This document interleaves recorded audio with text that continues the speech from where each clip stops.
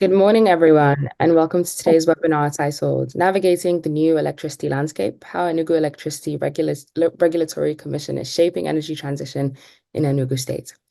As Ibilola said, my name is Mariam Tugga, and I work with the ETO, and I'm thrilled to be here with you today to listen to the significant changes and opportunities arising within our electricity sector. 2023 marked a pivotal year for electricity in Nigeria with the enactment of a landmark Electricity Act.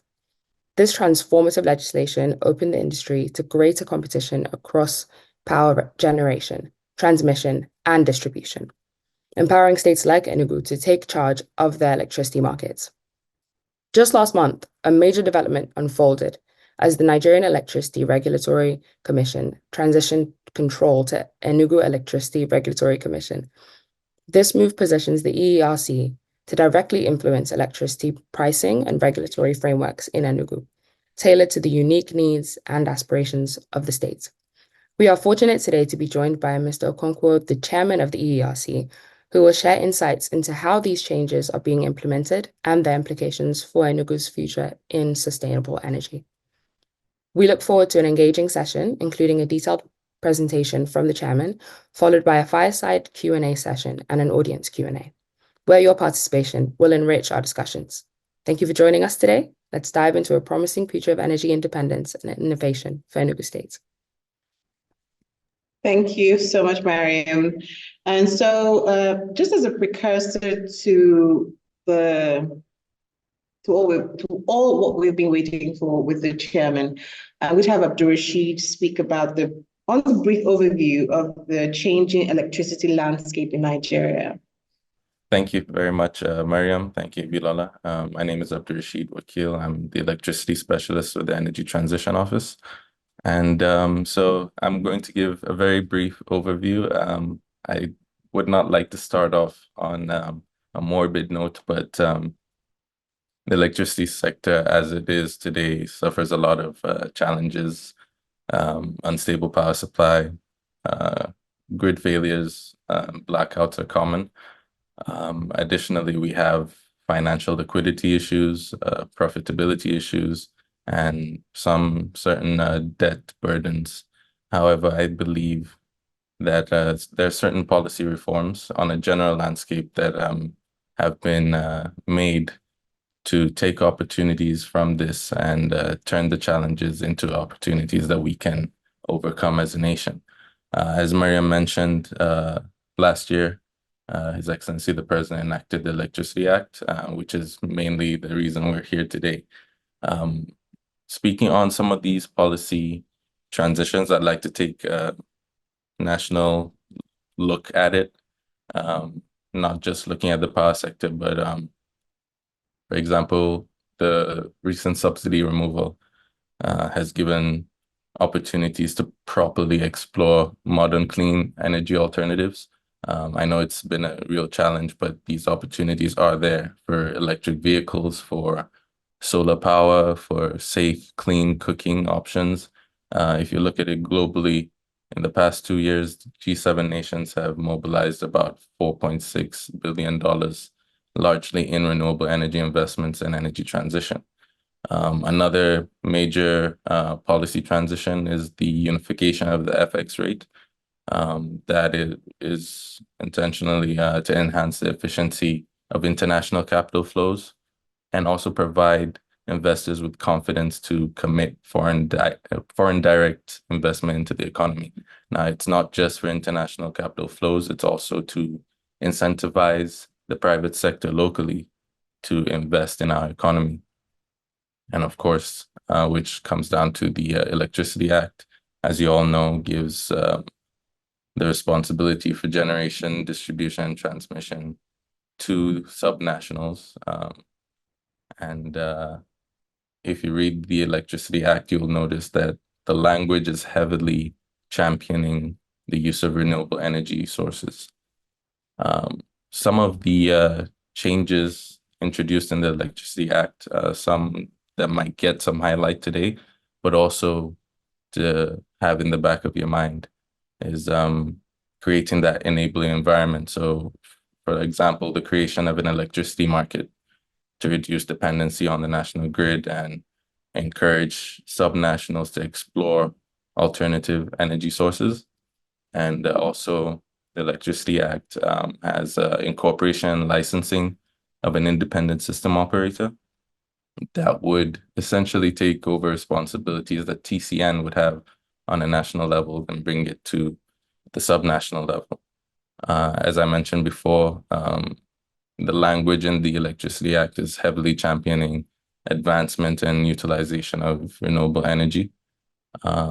There's also the opportunity to create development commissions, not just a regulatory commission, but also, for example, the creation of a national hydroelectric power producing areas development commission. That's just to show the opportunities in alternative energy, and also the creation of a national integrated electricity policy and a strategic implementation plan, which gives that framework to enable the advancement of an electricity market. And in order for these subnationals to have that electricity market, there are certain steps that need to be taken. For example, developing an enabling constitutional and legal framework, improving collaboration between the federal and state governments. Obviously, there has to be alignment throughout the process. Developing an integrated resource plan. Now, this is being done on a national level, but that responsibility also moves to the states to make sure that is done within each individual state. Establishing an autonomous or credible regulatory body, which has been done in this case, and I'm excited for the discussions today.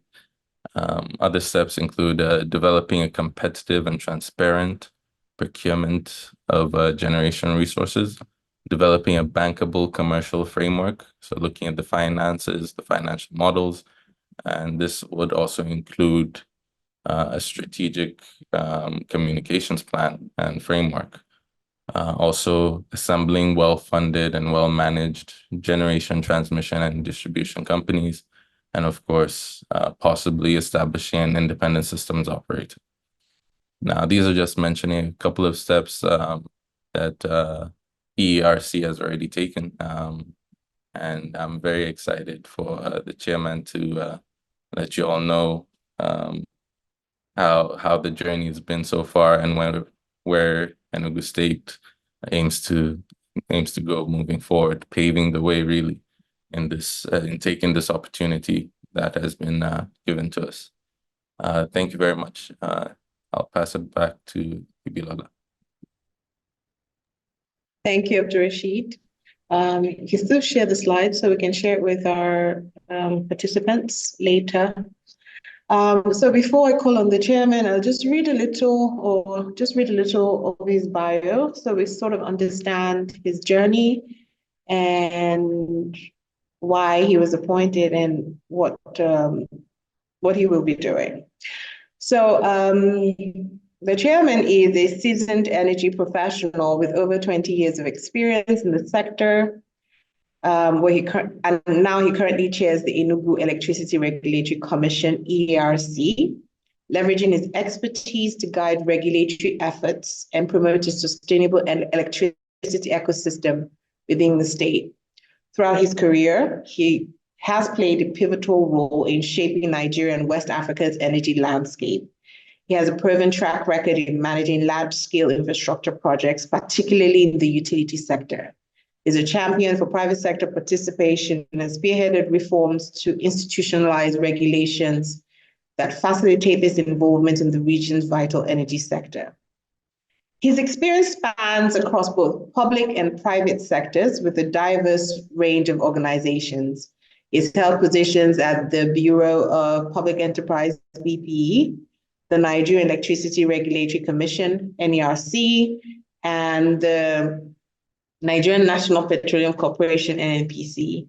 His expertise extends beyond just power. He has also consulted for the Nigeria Infrastructure Advisory Facility, NIAF, and CPCS Transcom, demonstrating his well-rounded knowledge across the energy sector. He is not only a leader, but also a strong advocate for best practices. He has served as an independent verification consultant for the World Bank ensuring transparency, and accountability in the power sector recovery program. His commitment to the sector's development is further exemplified by his support in establishing the Nigerian Electricity Management Services Authority, NEMSA. At this point, I think I'll just hand over to who we've all been waiting to listen to this morning, and let him go ahead. Chairman, you have the floor. Okay, thank you very much, Ibilola. Good morning, everyone. Good morning.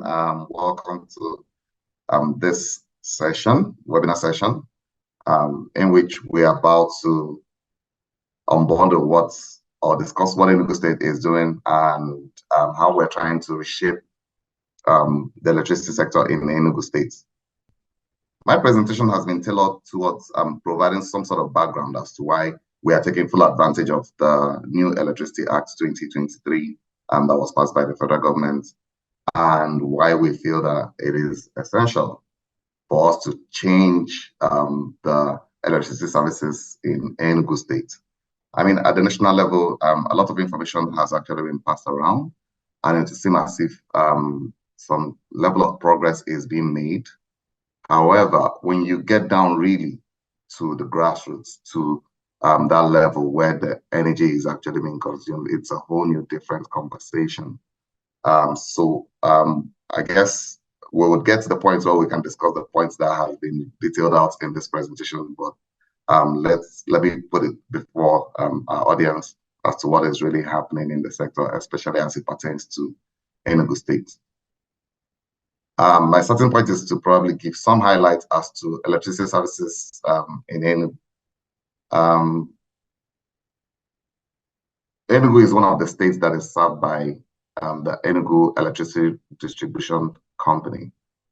I guess I should expect that our audience are aware that with the unbundling that took place in 2005, that's with the passage of the EPSR Act, 11 distribution companies were created, and of that 11 distribution companies that were created out of the PHCN, or NEPA as it was known then, each one served a couple of states for the larger discos, while Lagos is being served by 2 states. That's Lagos State. Sorry, Lagos is being served by 2 distribution companies. That is ECO and Ikeja. The EEDC has regulatory operations covering 5 states of the Southeast, which is Enugu, Abia, Anambra, Imo, and Ebonyi State. And with respect to service delivery, the allocation that EEDC receives from the national grid, which at the current stage is within the range of 360 megawatts, is allocated to the different states so that that energy is shared. I should mention, or I should start at this point to say that the electricity demand as we have it today is not really what it is. Nigeria has a demand, if we really look at it, of estimated at over 100,000 megawatts. However, what the whole country is currently enjoying is averaging 4,000 megawatts. There has been some significant progress. I mean, we do have available generation capacity of at least 13,000 that could go on the grid. And our national grid system, as at today, although I know that some progress has been made, but as at the last count, could evacuate and deliver about 7,000 megawatts. Now, each distribution company has its capabilities, or has embedded capacities that it can actually take. And for Enugu, what it is allotted from the average of 4,000 megawatts that is currently on the grid is 360 megawatts. And I mean Enugu Electricity Distribution Company, that's EEDC. Now, this 360 megawatts is shared by the 5 states of the Southeast. And information that we have available was as of last year that Enugu State, the whole state as a whole, was receiving between 69 and 70 megawatts. Now, there has been some slight improvements early this year, at least as of the first quarter of 2024. We had got information, additional information, that it has gradually increased to about 92 megawatts. Now, when we look at it from the perspective of providing electricity services for the citizens of the state, 92 megawatts hasn't started scratching the surface.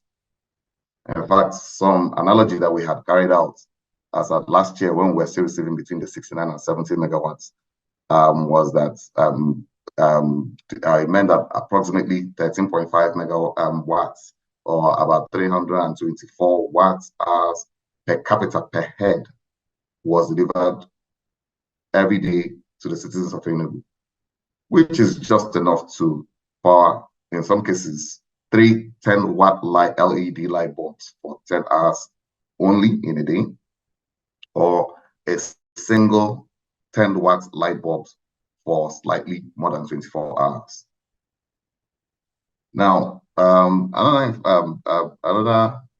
update that I should actually put on the table is the fact that 36% of the estimated population of 5.12 million residents or citizens operating in and out of Enugu on a daily basis do not have access to electricity. I mean, they do not have, there's no electricity infrastructure in these communities serving this population as it were.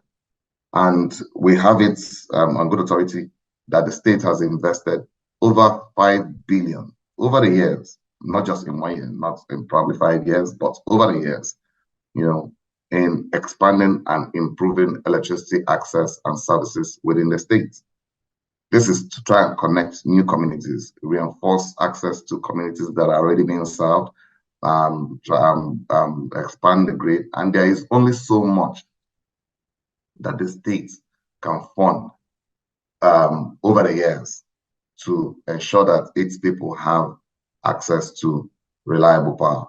And there is no, and after the construction of probably this infrastructure, it is handed over to the operating disco within the state, which is EEDC, to use and provide electricity services to the citizens of the state.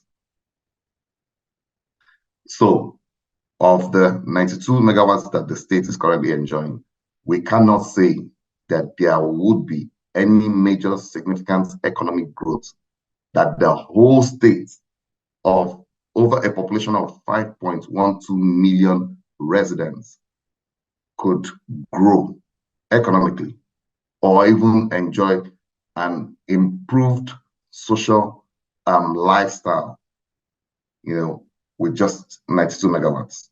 It is impossible. So this is actually bringing it down to the granular, really, of how much is lacking, with respect to electricity services from the perspective of those that are at the grassroots.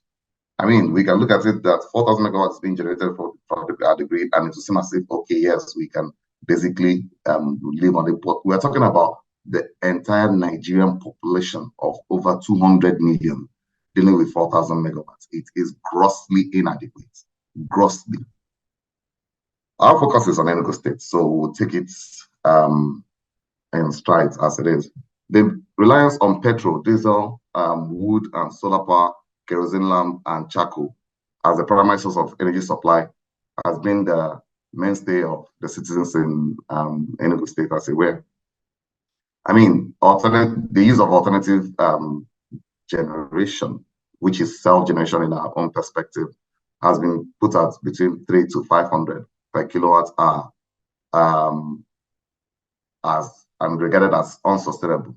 And this is with respect to when the petrol price was within the 690 range, as it were.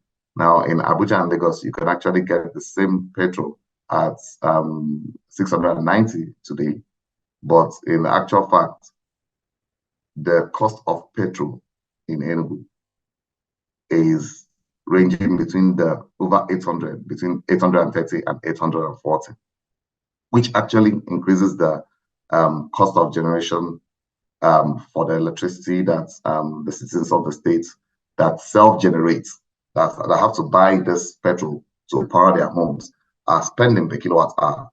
So putting it at 300 to 500 would actually reveal to you how much the citizens of the state are spending to have electricity services, even if for just a number of hours delivered to their homes from self-generation. We have not talked about the capital cost of purchasing the generators that they are using in the first place. This is just the cost of operating it and buying fuel or diesel on a daily basis to run their generators so that they can have access to electricity. Diesel in the state is between 1,003 to 1,005, although we know that processes are being put in place to try and crash that price to 1,000, but it hasn't happened yet. And the citizens of the state continue to pay so much to have access to electricity. I mean, the losses associated with self-generation or inadequate supply of electricity, but the economic losses, the environmental implication of running those generators, and the noise pollution that comes along with it, the impact it has on our human capital development, and the investment that our citizens have to make to have a sustainable operation through their SMEs, the investments that the public and private sector has to make to augment for the lack of electricity delivery in their various locations is just unquantifiable.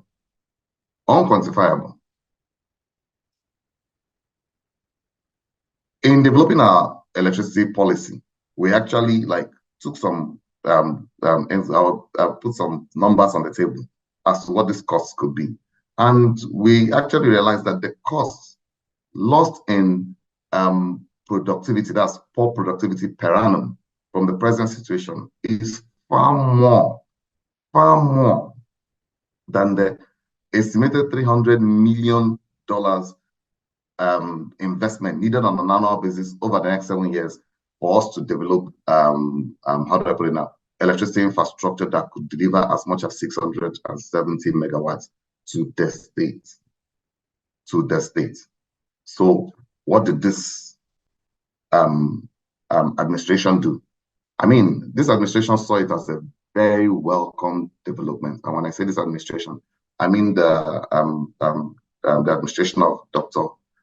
Peter Ndubisi Mbaz, upon coming into government and taking over as the executive governor of Enugu State, saw it as a welcome development with the amendment of the National 1979 Constitution to remove electricity from the exclusive list and open it up for states to be in a position to not only play in the sector, but oversee everything associated from the distribution network down to delivery of electricity to the customers.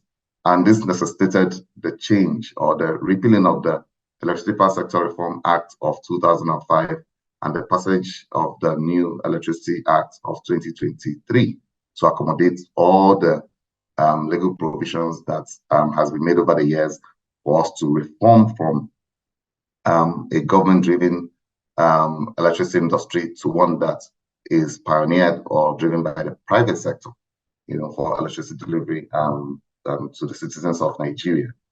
What did we do?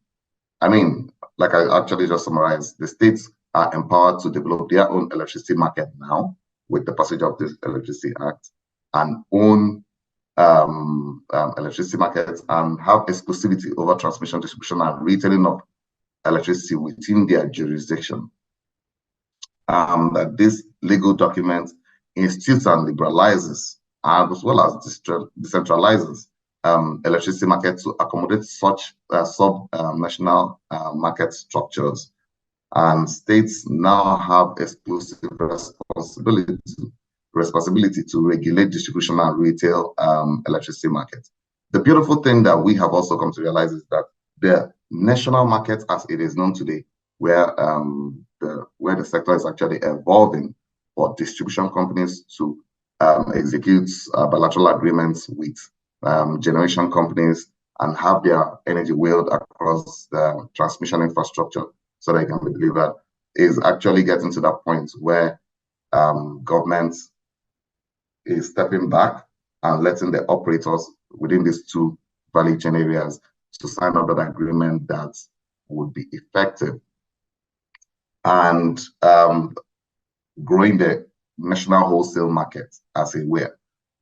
In our own case, we see that taking energy from that national wholesale market, as much as we are developing opportunities at the local level, establishing independent power plants and connecting them to load centers within our space is a perfect opportunity for us to simply have a subnational market that can actually grow to the point where there is a good, there's signage between energy being taken from the grid as much as energy that is being generated within our states can. And we see compatibility rather than constraints as has been promoted in recent times with the passage of this act.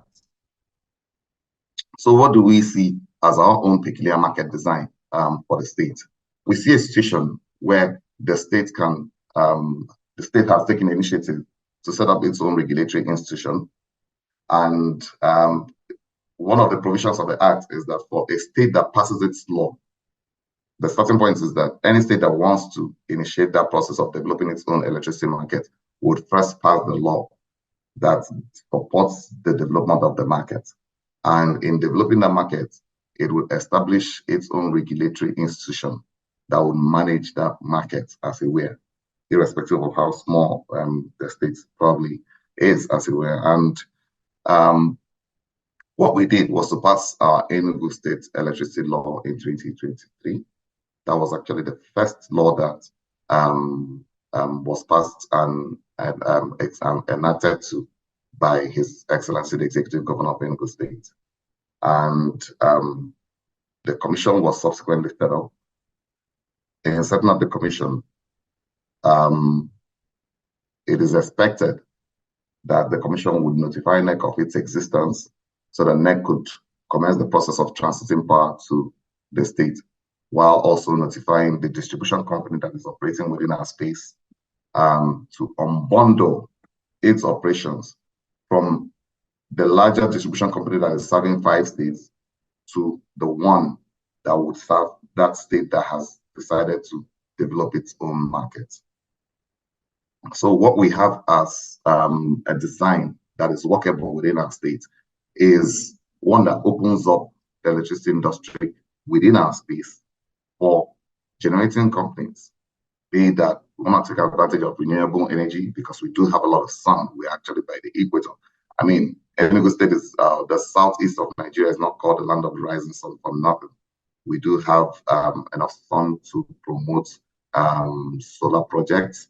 Definitely, quite a number of the states also do have some hydro potentials that could have either run of water or eco generation installed in them to generate a small amount of energy for consumers. Gas exists in some states, and I would say that while gas is a transition energy, I mean, we're not too far from locations where you have gas operating and being produced either as CNG or as LPG that could be supplied to IPP developers to power them up.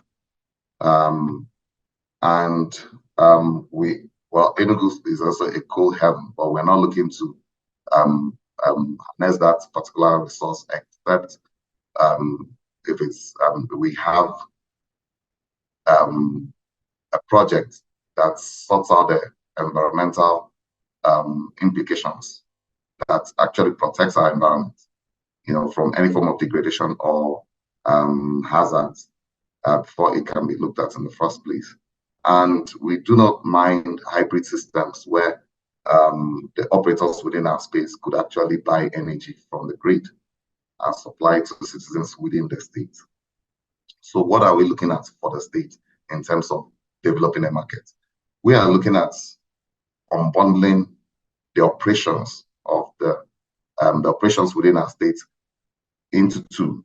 One being the medium voltage distribution infrastructure or network, in which electricity can be transmitted now at either 60, 66 or 33 kV levels to supply different locations, while at the lower level of 11 to 415, retail companies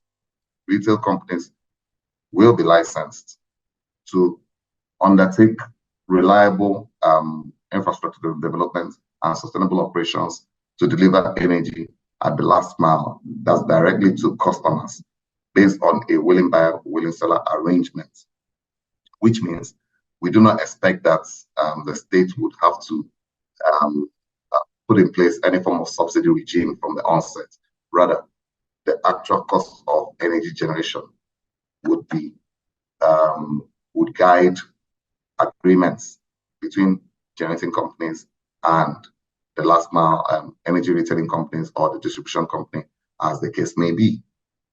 We expect that the PPAs would be effective from day one, and that all the players would honor these contracts and put in place those measures that guarantees that the energy delivery is accounted for, and that people are paying for what they consume, and that the sector itself evolves to the point where it attracts the right kind of investors that would continue to grow the market till we have adequate competition across the network. Now, there are quite some significant opportunities that are here. Let me touch on one or two of them. And one of them is the ESEA, as we have presented it here, which is the Enugu State Electrification Agency. It was set up alongside the same law that set up the Enugu State Electricity Regulatory Commission. And the ESEA is evolving from what we currently have on ground today, which is the Rural Electrification Board. Now, the Rural Electrification Board has been the agency within the state that has undertaken quite a number of projects at the state level to connect communities, to reinforce the infrastructure within the state, to undertake some projects like street lighting and enforcing them, to also sort out right-of-way related issues for electricity infrastructure as it were. And we expect that the ESEA would evolve now to partner with private sector organizations, that's serious private sector companies, to further develop electricity infrastructure by providing some level of funding. And in this case, funding for access. What the state intends to do with the ESEA is to facilitate projects that connects communities, facilitate infrastructure projects that delivers energy reliably, that reinforces the network as it were, that helps integrate standalone systems such as upgrade or mini-grid networks that we believe would also come into our space to play. If you remember, I had said earlier that 36% of our communities, 36% of the population within the state are not connected. Let me put that in actual numbers. It means that we have actually identified that over 125 communities are either underserved or unserved, which means they do not have adequate electricity or reliable electricity supply. In the past, I have always used my village as one of those communities. I mean, 5 years ago, we were receiving energy for about 3 hours a week, not 3 hours a day. This is 3 hours a week. And an accident that occurred in 2019 cut the lines that was being used by EEDC to deliver energy to my community, my small village, and they've been cut off since then. Now, between then to date, they have not seen electricity, which means they are in the dark. And I can't say that the repairs has been done because it hasn't been done, but we are hoping that such locations that are almost receiving inadequate supply could become a potential market or create an opportunity for a private sector entity who is into generation to set up a power plant in that location. And even if you're taking advantage of the sun to deliver just solar energy, we're not talking about the backup system now, because we would like to make sure that it's also cost effective. And the lines are already connected to the various households. Even if you're taking advantage of just the day opportunity of receiving free sunlight to power up your solar plants and connect to these communities, you're inevitably meeting 8 hours of the day of adequate sunlight to deliver energy to them, which is a far cry and a major improvement of the 3 hours that the community was receiving in a week. I tried to break down what that 3 hours would have meant. And it was more like that you see electricity for 30 minutes in a day. That was the reality of some communities in Enugu. 30 minutes of electricity supply per day. If so, I mean, we have, and the amazing thing is that the community was paying every month. Community efforts meant that the task force had to go round all the households, all the houses or residents within the state and within the community. Every bungalow would pay 500 naira. Every duplex would pay 1,000 naira. And from the meter reading that was set up at the transformer that's delivering energy to the community, that bulk payment was made to EEDC as a community effort. So that task force every month go around to collect this money from all the households for them to pay. And I guess the community efforts also put us in a position to not just pay for yourself, because you actually think that what are they consuming? It's cheap. You pay for yourself and pay for all the neighbors around you, you know.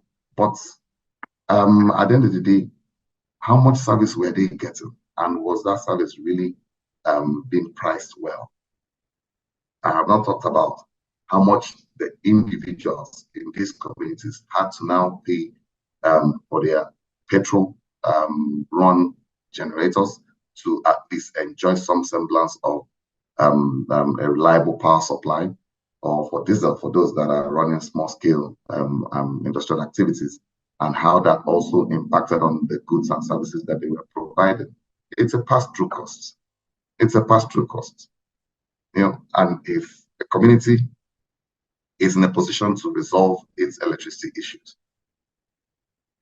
we do not expect that they would continue to wallow in poverty, or that they wouldn't have some level of social life improvement or economically driven activity that they can engage in. I mean, there was one thing that actually guided us to come into play in the power space, that if you can resolve the Nigerian power challenges, you have actually put Nigerians who happen to be very enterprising and are always looking for something to do. We are movers. You've put them in a position to take full control of their own life and invest in it in such a way that they will do something. They could start up a carpentry business. Somebody could start up a grinding, food grinding processing, what do you call it, small business. I mean, small businesses thrive. My colleagues, every household that I probably used to know when I was growing up had a small garden farm where they planted vegetables. While growing up, that they would always want to do something to help improve themselves, apart from the main 9-to-5 work that they were engaged in. So why take that away from them if simply providing them with adequate electricity could help improve their lifestyle, help give them an economic activity or a means of livelihood? You know, I mean, to a very large extent, I believe that the electricity industry has heavily contributed to why the unemployment rate in Nigeria today is so high. Because people are almost frustrated in trying to do something for themselves. Take up tailoring, take up a carpentry business, and do it professionally. There's just so much that one can do if you do have access to reliable and sustainable electricity. But we'll get into all that conversation. So moving on to what Enugu State has done with the passage of the Electricity Law 2023. We set up our own law, and it was enacted in September 2023. Subsequently, the commission was established, and we commissioners were appointed by the Executive Governor of Enugu State, and we had to be confirmed by the House of Assembly. I love my team. We are actually about 4 commissioners now. The structure of the commission is that there's a commissioner for engineering services, engineering and health and safety services. There's a commissioner for the market operations to guide the development of the electricity markets within the state. There's a commissioner for policy innovation, stakeholder management and consumer protection, which I'm also overseeing. And there's a commissioner for organizational support with the company secretary and our general counsel overseeing a unit in the commission. That is the structure of our commission. We are looking at having a lean team because we are brown and can directly interface with the people of Enugu State, the citizens of Enugu State, that we are hands-on, more or less.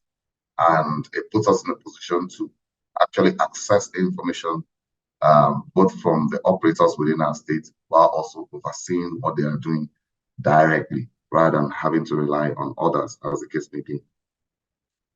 And what we're actually setting up now as we speak, putting in place our regulatory instruments and putting in information so that we can actually understand what the actual situation is. Let us have that data. Let it not just be based on experiences that we have, but let us have that data, those numbers, so that while we're crunching it, we can actually say, we can beat our chest and say, yes, that this information is right, or no, we need to revisit this particular situation, as it comes from all the communities, all the citizens within the state. With our establishments, we notified the state actually wrote the formal letter as expected by the Electricity Act 2023. The formal letter was written to NERC, to the National Council on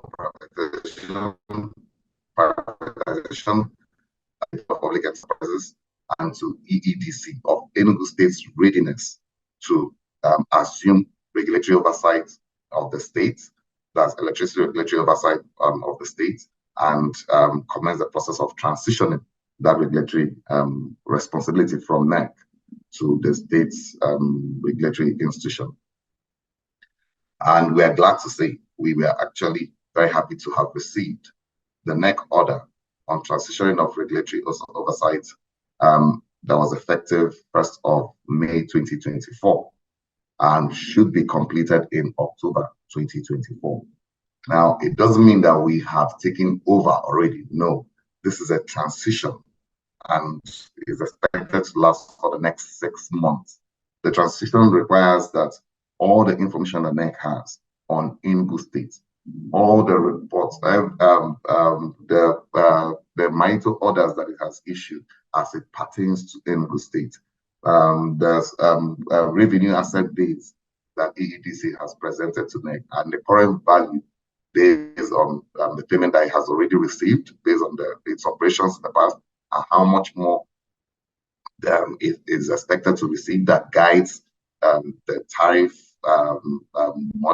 model, its tariff that generates its tariff, would have to be transferred to our state so that we can analyze these information and be in a position to issue a license and the tariff that would operate within our state. Ongoing physical preparations to have us fully established happens to be include our official office that is actually being set up as we speak. The phase 1 of our website has been completed, and we're about to commence the process of recruiting our staff. So, today,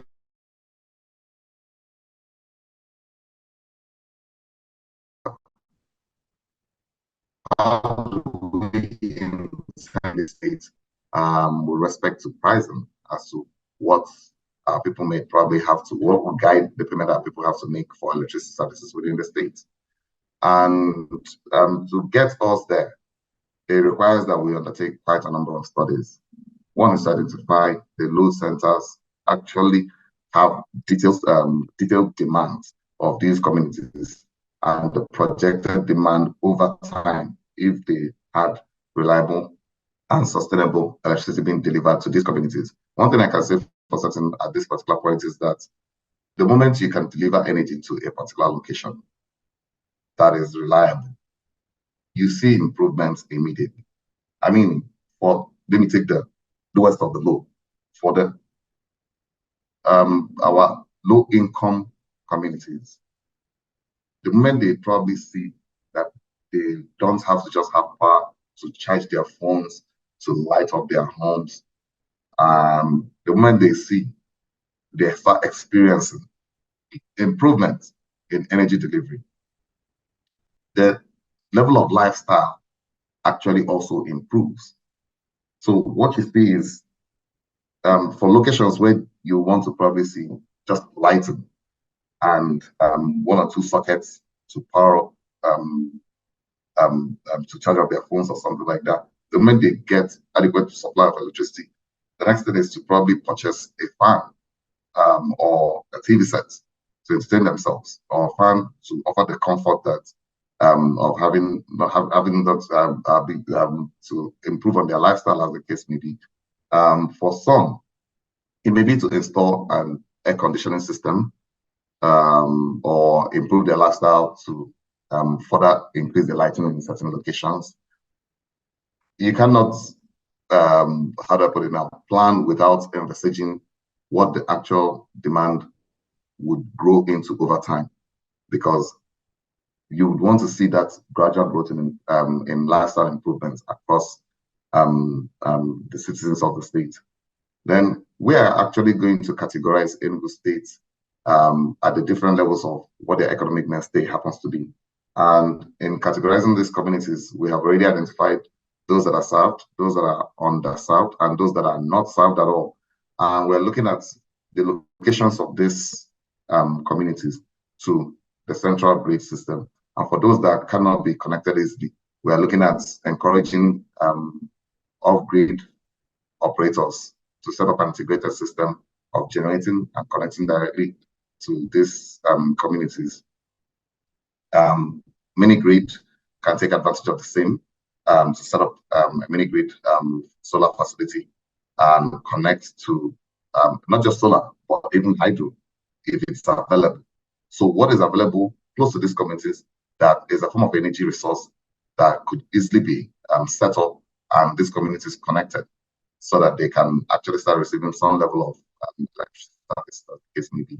We're looking at IEDN operators to come and reinforce our network, work with or partner with the ESEA to take advantage of the ESEA support to expand on or reinforce our infrastructure, as the case may be. And we're looking at those that probably want to play at the space of an independent electricity transmission network structure to deliver energy from the various points or across the various points in the state if they see that it can boost their business.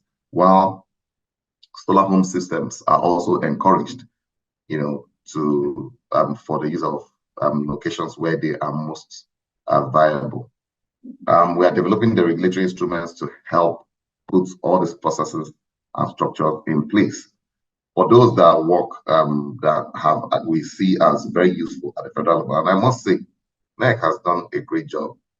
Quite a lot of these regulations that have been put in place are workable and can be adopted in by the states. Putting them at an advantage that, I mean, as a part of the team that set up NERC, we were starting from ground zero. We didn't have anything when we set up NERC in 2005. And had to start developing these regulatory instruments from scratch. I mean, when PACM was unbundled, PACM was issued an interim license because there were no approved regulatory licensing regulatory regime at that time. Until NERC put those structures in place, developed their regulatory instruments, adopted it after it had to go through public consultation, and now requested all the players in the industry to submit their applications so that their interim licenses could be regularized to full licenses. And that was then, as far back as 2005. Today, we are starting from a point of actually even adopting some of the regulations that are already in place, amending them or adapting them to our own state's peculiarities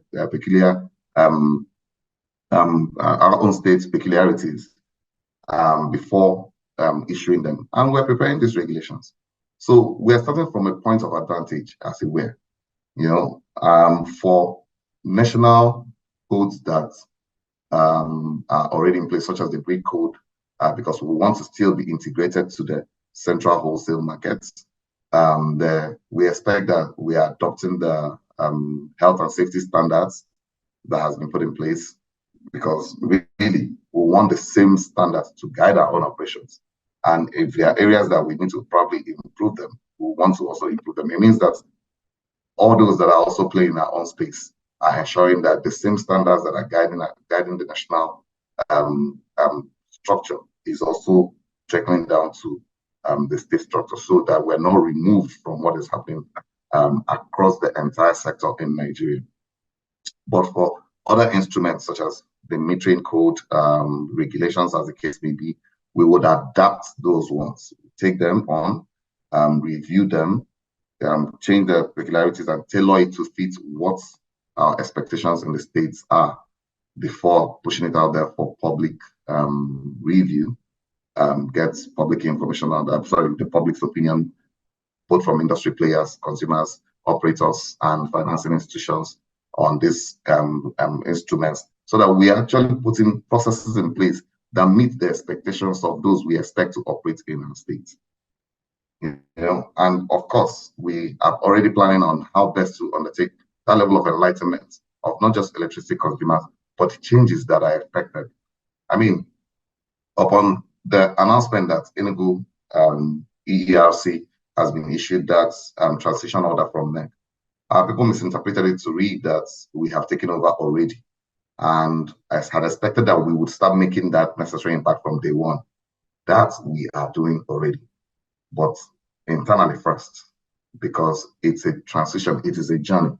It's a journey that will take 6 months for us to assume full regulatory authority. But what we're doing right now is to put those processes in place so that by October that we assume full regulatory authority, we wouldn't be found wanting. We can hit the ground running and meeting the expectations of the consumers or customers in Enugu from day one.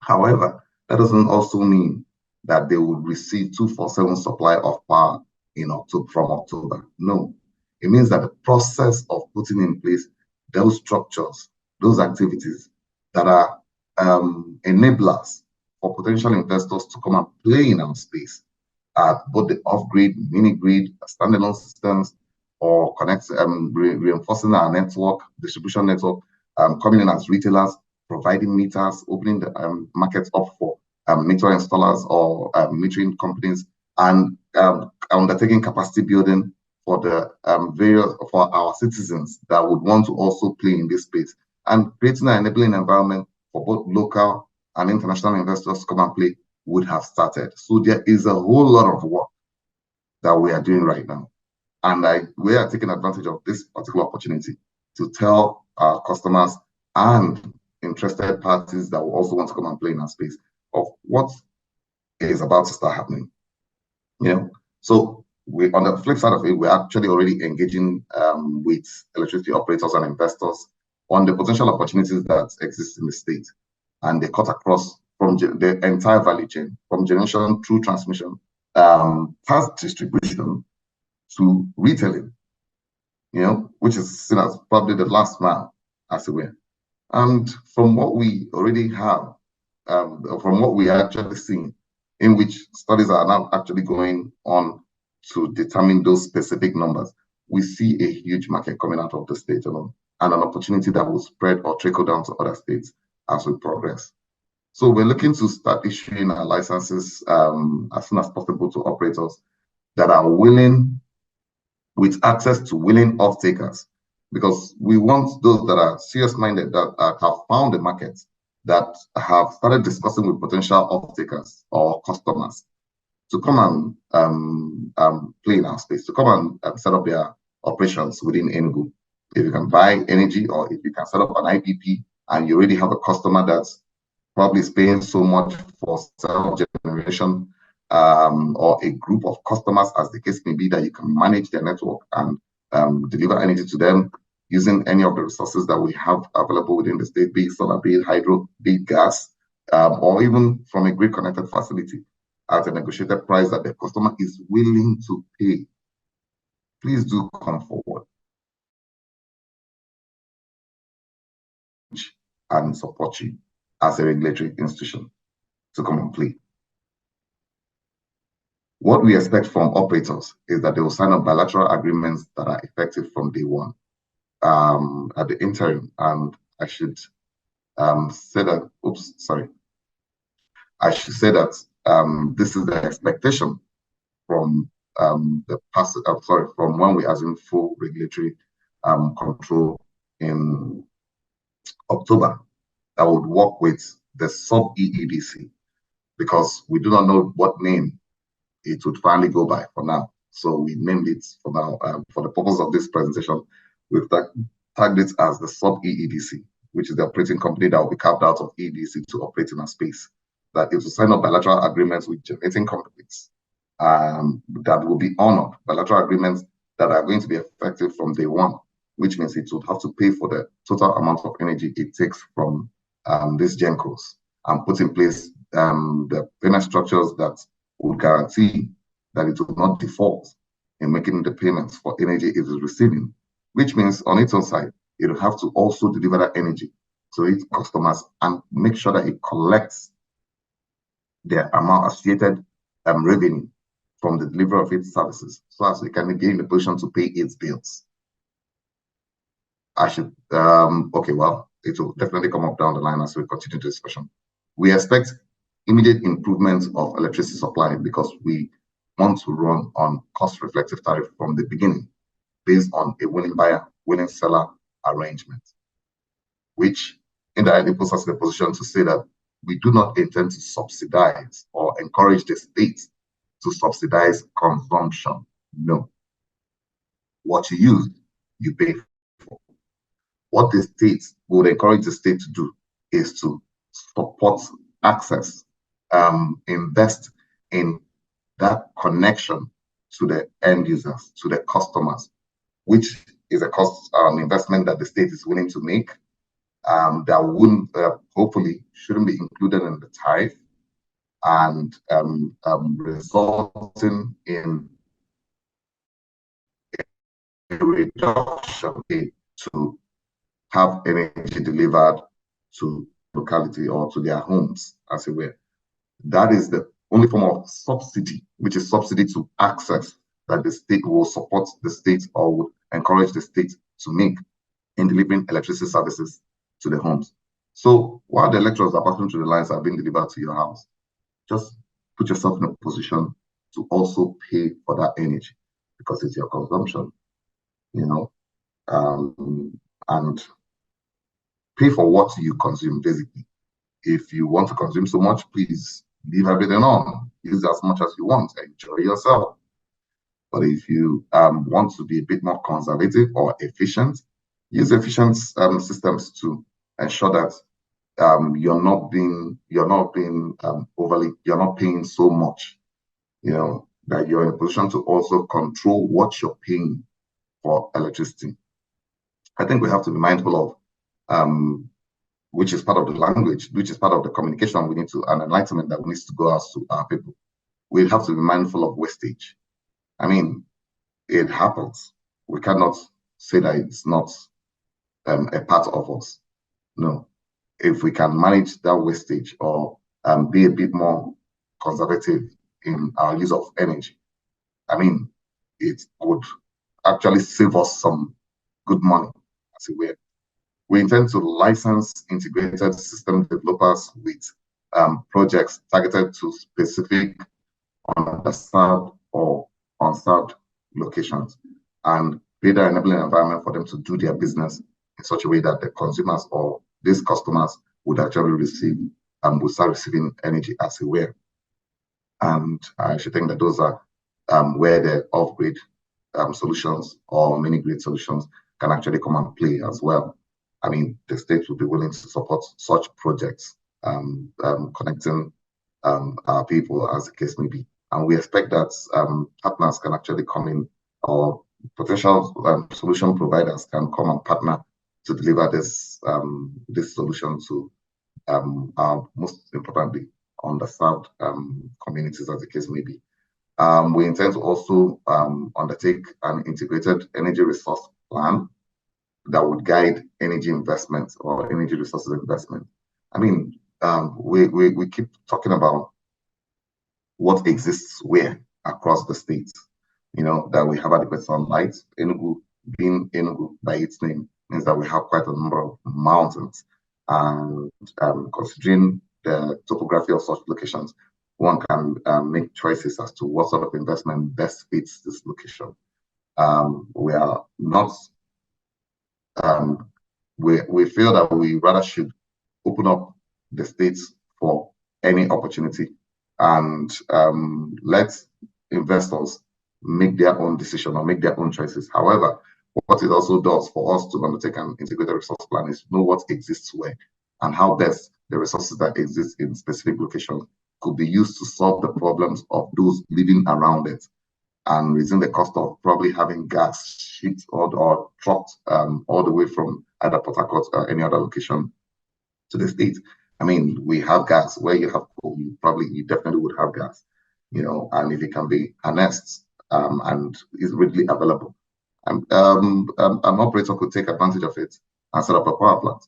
I mean, I don't know how many years ago it was that a gas well actually erupted within the Caritas University and just kept on burning or flaring for quite a number of weeks, you know, until it was now finally popped back again. You know, I mean, that was such precious resource that could have been used to solve certain problems. And not only identifying that these resources exist, the volume or quantum would also be one that any investor, any serious investor will want to know how much of it is there so that he can make informed investment decisions as to how much would it last to power my IPP or power my gas-fired power plants, you know, to deliver energy. And in probably identifying customers, we are looking at starting small and growing over time. That if you can identify 3-4 customers, those requirements are probably 2, 5, 10 megawatts. You can start small and with probably 5 megawatts, 10 megawatts, and 20 or 50 as the case may be, and target those specific locations or customers that you can deliver energy to based on their needs and grow it over time to the point where if they are already your base customers and they have executed their PPA with you, they are willing to pay the price of the tariff. Any excess can go into the distribution network. While we want IEDs to come on board, we're hoping that we can integrate their network over time so that energy can flow across the state to the point where there will be that integrated competition that can actually drive down prices and let efficiency drive also the process without us as regulators interfering or controlling the activities of a fully commercialized market operation. You know, so these companies are already there and asking for energy. They are actually all self-generating as we speak and burning diesel. Their costs, and it's not their core operation. It's not their core business. They are into some level of production of whatever they're producing, but have to also now play in the electricity space just to meet the requirements to power their machines as a way.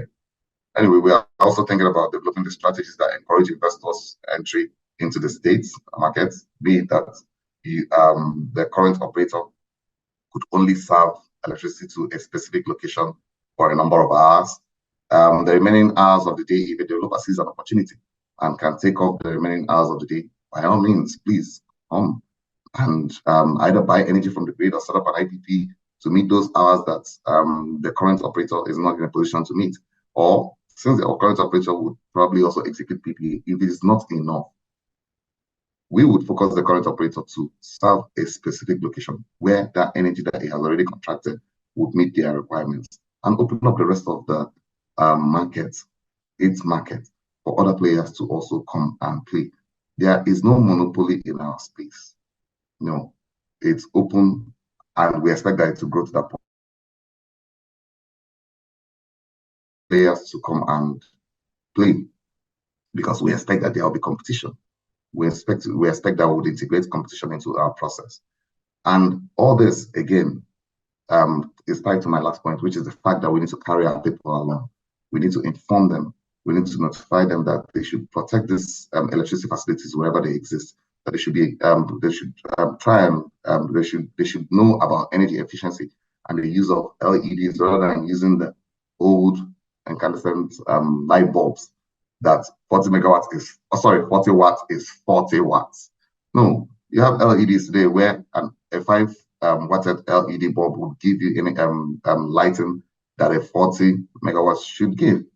I mean, they are slightly a bit more pricey, but the delivery, the services they deliver is way much more, and actually can stand the test of time.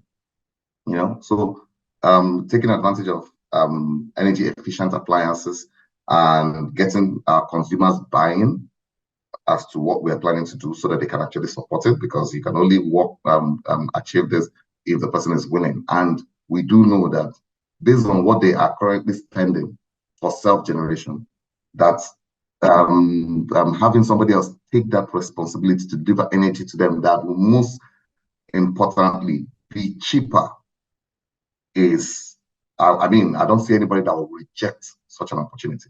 That is what they are yearning for. That is why we are doing what we're doing today, to ensure that reliable and sustainable energy or electricity services is delivered to the citizens of Enugu State, and that it is cheaper than the self-generation that they are currently burdened with, you know, and in ensuring in imbibing an improved level of services. You would see them also come out to protect electricity installations wherever they are located, because they wouldn't want it to be vandalized. Neither would they want it to engage in any form of energy theft if they are well informed, if they are carried along, if they're not taken advantage of. You know, so we expect that our customers would be metered so that they can control their own consumption, and that they would also support governments along this journey to ensure that electricity installations that government has probably invested in or supported the investment through operators that are driven by the private sector, you know, can also stand the test of time. Moving on. So we're encouraging public trips for operators to partner with the Enugu State Electrification Agency in developing electrification projects to increase access and reliability. We are definitely going to, as a regulatory institution, support donor-funded projects at both the local, national, and international levels with investment-friendly regulations.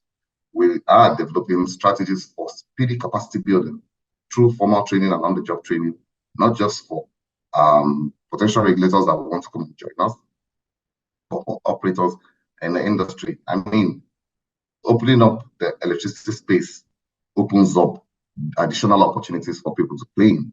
So it cuts across the entire value chain that while you may be playing in our space, we need to start developing the capacities of the citizens of Enugu State so that they can actually take ownership of operations and put themselves in a position where they can be a market themselves, you know, growing that capacity that they can do this across the entire value chain, be it regulation, be it in operation, be it in appliance development, be it in industries that want to come and set up within our space and produce electrical appliances. You know, development means that they become an asset, not just for the state, but for neighboring states as well, and the nation in general. You know, we would like to ensure that full operations with peak energy trading increases to at least 100 megawatts before the end of December this year, which means we are already targeting that additional generation could be delivered to the state for our customers. And the policy that actually put us in place, the policy that is guiding the state development in the electricity industry, is one that needs to meet expectations and grow electricity consumption and delivery to the state over time. I mean, we cannot achieve anything we want to achieve if we don't give ourselves a target. Then we want to encourage the establishment of electricity equipment manufacturing and assembling companies coming into play in our space. The sooner we probably can actually start producing what we need to meet our solution, our proposed solutions, the earlier or faster it will be, relying on importing the same equipment and appliances. We're starting from, unfortunately, the state of importing what we need, but we need to actually start producing them down here. And we should take advantage of those that are currently producing electrical appliances or installations or equipment, as long as they are durable and can stand the test of time and meet the NEMSA standards or the rights standards. By all means, we should encourage it. You know, we'll support them. And we intend to have electricity inspection entities also play in our space to monitor what is happening based on operations across a fully functional, liberated electricity market as well. You know, and ensure that installations actually meet the regulatory standards that we're adopting for our state. So our target is to increase minimum to increase year on year by 20 electricity delivered in the state by 20%, with a capacity that is 80% reliable for a state market that delivers 300 megawatts by 2026 and 700 megawatts by 2031, which means that by 2031 the electricity market should encompass efficient generation technologies and offer universal access to all citizens. I mean, we should have at least solved that problem. We should have also completely eliminated by then too the over 500 megawatts of self-generation or backup power supply currently being the case in Enugu, as it were. I mean, I've been in a conversation where Nigeria was regarded as or considered as a generator republic. That needs to change. Let people that are doing business focus on the business that they want to do, and let those generators actually be moved to other countries, preferably, you know, where they are most needed, because the cost of running that gen is really, really, really not sustainable. You know, if you really want to develop, I mean, it doesn't keep the cost of production down, you know. And we want to grow exponentially our 33 and 66 distribution network systems to accommodate increased energy supply, while instituting competition across the state in the extensive 11 and 415 kV voltage levels, transformer levels, with lines and direct access to customers, which is where the retailing companies would be expected to play in. I mean, if you can reinforce the network to the end user customer and meter them, ensure that the delivery of energy to them is guaranteed, by all means, go and bring us your PPA with your energy supply, and we would approve it for you to execute that PPA based on a willing buyer, willing seller arrangement, so that you can do this business and provide to your customers. You know, so we are opening the door for retailing companies, electricity retailing companies, to come and access our state, that pick out their own customers that are currently not being served, negotiate with them what its potential tariff would be, and sign up an agreement to have that energy delivered to them, reinforce the network and deliver that energy to them. In the long term, we foresee a situation whereby we would facilitate the integration of those independent individual networks into the existing medium voltage distribution network, to enhance energy flow. So the off-grid, mini-grid, the IEDNs and IETNs would be integrated in the long term into one network, so that you can now have retailers probably purchasing energy from different companies, be it from the grid or from embedded generation or distributed generation within our state, to have energy supplied to its specific customers. And that puts the generating companies in a position to grow their capacities. In growing their capacities, they are actually improving on their business and doing bigger business.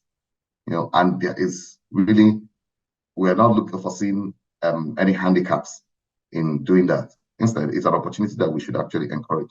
By the time we have an integrated distribution network system, we expect that these operators, these companies, these market participants that are actually trading in energy between the generation companies and the retailing companies and paying for the use of the distribution network, as the case may be, would establish a system operating system for themselves that would be guided by that would guide energy trading and keep an eye on the network so that it's sure of whose energy is on the grid and where is it going, who is it being delivered to, and how much is being delivered, so that they can also meet their obligations. The also function is one that would ensure steady flow of electricity to the retailing companies and administer some that level of efficiency for the market. And we're actually talking to some project guarantee companies because the states would not be directly participating in securitizing investment, but would support that this drive be supported any private company that it's actually already discussing with to support the investment of any private sector operator by providing that guarantee, for their debt that should be in place, giving the investors comfort that yes, you can play in this space because your investment is adequately protected. But it's also expected that the payment discipline, to ensure that payment discipline, what is currently obtainable in the sector would continue to also play out, in which the retailing companies would put in place the 3 months revolving letters of credit, so that if it's in any time it pays short of what it's actually supposed to, the generation company can call on that and it will replenish that funds to continue to roll. So we need that level of efficiency to be in place from the onset in our system. However, at the appropriate time, if we start a conversation with any serious investor, definitely we would open the door for them to also have that conversation with the project guarantee company. That is a private sector driven institution, financial institution, so that they can actually agree as to how best it can securitize its investments in our space. And that conversation is advancing, which to a very large extent gives any investor or operator comfort that his or her investment is protected. And we'll continue to continuously engage with the electricity consumers and customers in Enugu to ensure buying, that we also integrate payment discipline in the process, minimize disputes as much as possible, and to protect electricity assets where they exist. You might have noticed that I keep on talking about continuous engagement with customers, not only with customers, but with investors, as the case may be. And well, ultimately with customers, because they are the beneficiaries of this opportunity, who would be also the paying customers. They need to be carried along. They need to be informed of what is happening. They need to also, and while we'll be playing our own part, we expect that operators will also be doing their own part by carrying them along, informing them. I mean, if we had actually instilled this a long time ago, that downtimes when you wouldn't receive energy is a part of the process, customers would not be upset. When they're notified that, please, we want to carry out system maintenance between 12 and 6, that you won't have light within that period, but by 6, that energy services will be restored. Any customer would make plans that, okay, between 12 and 6, there won't be light. Let me do anything I need to do before then, knowing fully well that I won't have access to electricity between that period. They're in a better position to plan. You've even informed them, and they wouldn't feel too bad when the light goes at all. So imbibing that level of customer relations or interaction with the customers shows that you care and puts you in a position to have their support. They wouldn't feel bad, that they have some downtime. neither would they feel bad in when you actually engage with them that, see, oh, this is how these things are now, that you probably may need to pay slightly more, or that we're reducing your tariff because there has been some improvements. I mean, customers like that. It means that they're not being taken for a ride, and they're more receptive to operators that play along that line. And that is one of the few things we would like to imbibe, not just from the regulatory perspective or as regulators, but also as operators, to carry them along. And in conclusion, sorry, I know I've gone on and on and on, but a lot is just happening within our space, and we just can't help but put all these things on the table whenever we have an opportunity to do so. EERC is starting from a place of strength by developing and adapting some of NERC's regulatory instruments. So we're not starting from ground zero. We actually love the fact that these instruments are there. What we probably need to do is change whatever we need to change, amend the areas that with specific variables as it impacts on us, tailor those that needs to be tailored to fit our specific environments, and adopt them. They will be put out there for public consultation, and we look forward to receiving your feedback. Some of them, as we develop them, we're putting on the website, and hopefully before the before the first week of next month, additional regulations that we have prepared would also be put on our website. We would actually put it out in a national daily and communicate it through all forms of communication networks, that these regulations are there so that people can send us their feedback while we'll arrange a consultation forum to go through your feedbacks, your inputs, your comments. Make them, send them to us. Our website is not already as aware, and let us accommodate your expectations for a viable, commercially driven electricity market in our space. We're also hoping that we will continue we will continue our engagement with NERC and EEDC for information gathering, data, and on incorporation of the subsidiary company that would happen in our state. I mean, you can only work from a place of what is available, and we need all the information we can get that has transpired over time, that is in the custody of NERC and in the custody of EEDC, while we would also collect the ones that are on ground within the states and available to us and from the states. We are focusing on process improvements using technology to drive a digitally simplified process. So why would technology be out there and we wouldn't take advantage of it? Why wouldn't we think about modernizing our system as much as possible? I mean, if we can reduce the impact of face-to-face conversations, we are actually having a conversation right now, and we're taking advantage of technological improvements. If we can digitalize all our processes, that you do not have to come into our office to have your license processed. Instead, when we receive your application, we'll open up a portal within our website for you so that you can upload your documents, which we'll review and tell you that this is what we need, additional information that we need, the progress of your conversation. We put the off-taker, your registration process, what sort of fuel you're going to use, how much of it you're going to use from the beginning and over time, as the case may be, how the impact on the environment what sort of guarantees that you're actually putting in place. All this can happen seamlessly for you to upload this information to us, and we can have a conversation as we are having one right now.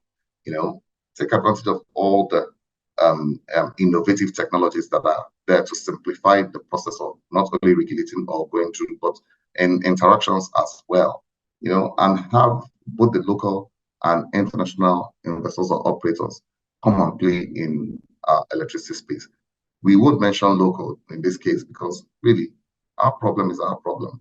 Our problem is homemade, and should have a locally tailored solution to it.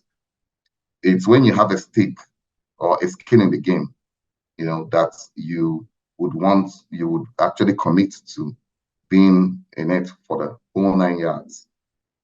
So while we are actually inviting international investors to come and play in our space, we are trying it open as well, that for our local companies, that this is an opportunity that you should also take advantage of. And Enugu is right. Enugu is right. I mean, we are putting processes in place that we want you to criticize. Does it meet your expectation? If it doesn't, tell us about it. What would you like to see? How can we put you in a position to play in this space for the long term? And we're not restricting, it's not just only for the local investors now or operators as the case may be, but for the international investors. What would make this a viable opportunity for you to take advantage of? I mean, we like to think that we're the first that have come this far in the West Africa sub-region. But the information we're also getting is that we may actually be the first that is initiating this process in Africa as a whole. So why don't we work together to change the electricity landscape for the continent and proffer solutions, make those little mistakes, be used as the pilot. So if my colleagues will say that you're going to be used as a guinea pig, but it is what it is as it is. Be used as a pilot and let others learn from your mistakes.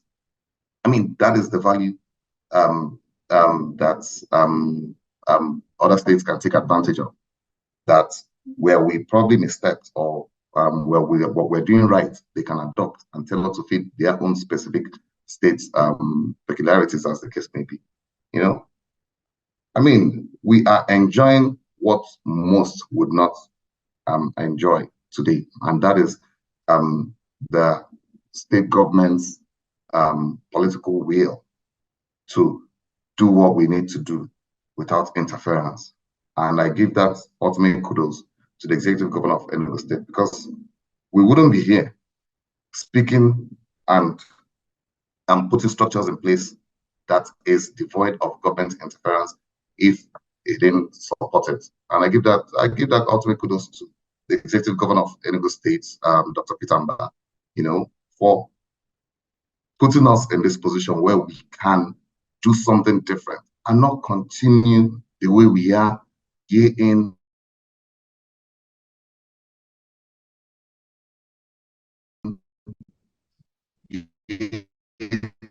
out of the box as to how best can we improve on our own rate and manner. I'd like to say or close with open for business, and we invite operators, credible operators that would like to do serious long-term business in the electricity industry to come and play in our space and see for themselves. Thank you very much. Thank you so much, Chairman. Thank you. Thank you. Wow, what a lot that you have shared with us today. I think so many people have questions and they're eager to ask them. But before that, I'm going to hand over to Somkele for a quick fireside chat Q&A, where he'll just ask you some questions, and then we'll now open it up to the participants because they have a lot of questions. Somkele, please go ahead. Thank you, Bilola. Mr. Chairman, you've really stoked the fire. The comment section is agog with questions for you. And some of them are kind of similar to what I have. So in the interest of giving the participants more time, I think I'll focus on 2 or 3 questions now. So my first question is really... Sorry, Mr. Chairman, did you say something? Yeah, so that's fine. Go ahead, please. Okay. So I said, I think what I would focus on, I was really thinking about what are some of the opportunities and challenges that the EERC will face with the new regulatory framework.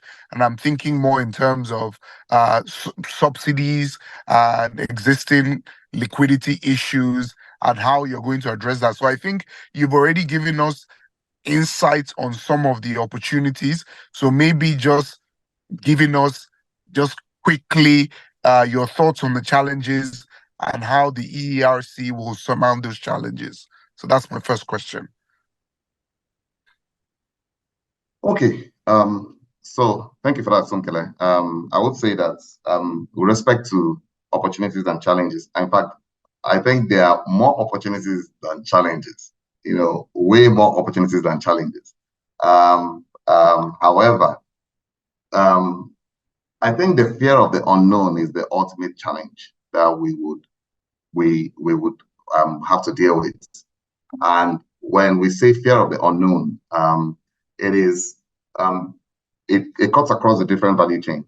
Be it from potential investors, be it from our customers, as the case may be it from our colleagues at both the national level, and when I said national level, I mean from the regulatory and from the political scene, and that is the fear of the unknown, that this hasn't been done before, that how prepared are we, to surmount them. Let me put it this way. Part of what we have actually been put in a position to start considering is the level of indebtedness that the sector is burdened with, that has actually led to it being led to the liquidity challenges, that they probably may not be in a position, or operators are not in a position to access funding for investment or for their projects. And it's one that has stifled activities or improvements taking place in the sector. We made a choice, and that choice is that the private sector should drive electricity improvements in Nigeria. The Electricity Act of 2023 supports it. Our law at the state, that's the Enugu State Electricity Law, supports it. The question now is, where would government, or how can government participate in the electricity industry without being a major player? I think government needs to make that choice as to where it should focus on. And if it's focusing on our lifeline customers, as they are considered to be, to undertake projects through the Rural Electrification Agency at that national level, to deliver energy to our most remote citizens or customers, as the case may be, through the various opportunities that exist out there, be it the renewables, solar, off-grid solar projects, or mini-grid solar projects, because that is actually what you can do very easily in remote and isolated communities. If they can focus on those and make those investments in partnership with the private sector, that would actually see to this investment being sustainable and not just a project, but that it's in partnership with the private sector operators that would continue to run these projects and have a skin in the game, that their own investment also went into it, and they want to see it continue to operate. That helps immensely. However, government interventions in the operations of the core investors, is one that comes from a good heart, in the sense that they are creating an enabling environment for specific investments to be made to improve on service delivery for at least these core investors. But unfortunately, the impact that most of these interventions or initiatives have made have not taken us anywhere. Instead, we are still where we are. I mean, one of the few challenges, again, that we foresee is the fact that, and that is why it's almost on quite a number of slides. It's a statement in most of the slides that I had to go through. It's communication. That is enlightening our people, carrying them along, putting them in a place of being informed, and guaranteing that they are a part of that decision-making process, that they also take ownership of that decision that we as enablers are making on their behalf. I mean, I think it helps a great deal. It helps reduce conflicts, disputes, rejections, or litigations, as the case may be. When you do something bullishly, you should expect that people would, some would reject it. even if your intentions are well-meaning intentions, you would expect some backlash, some level of backlash.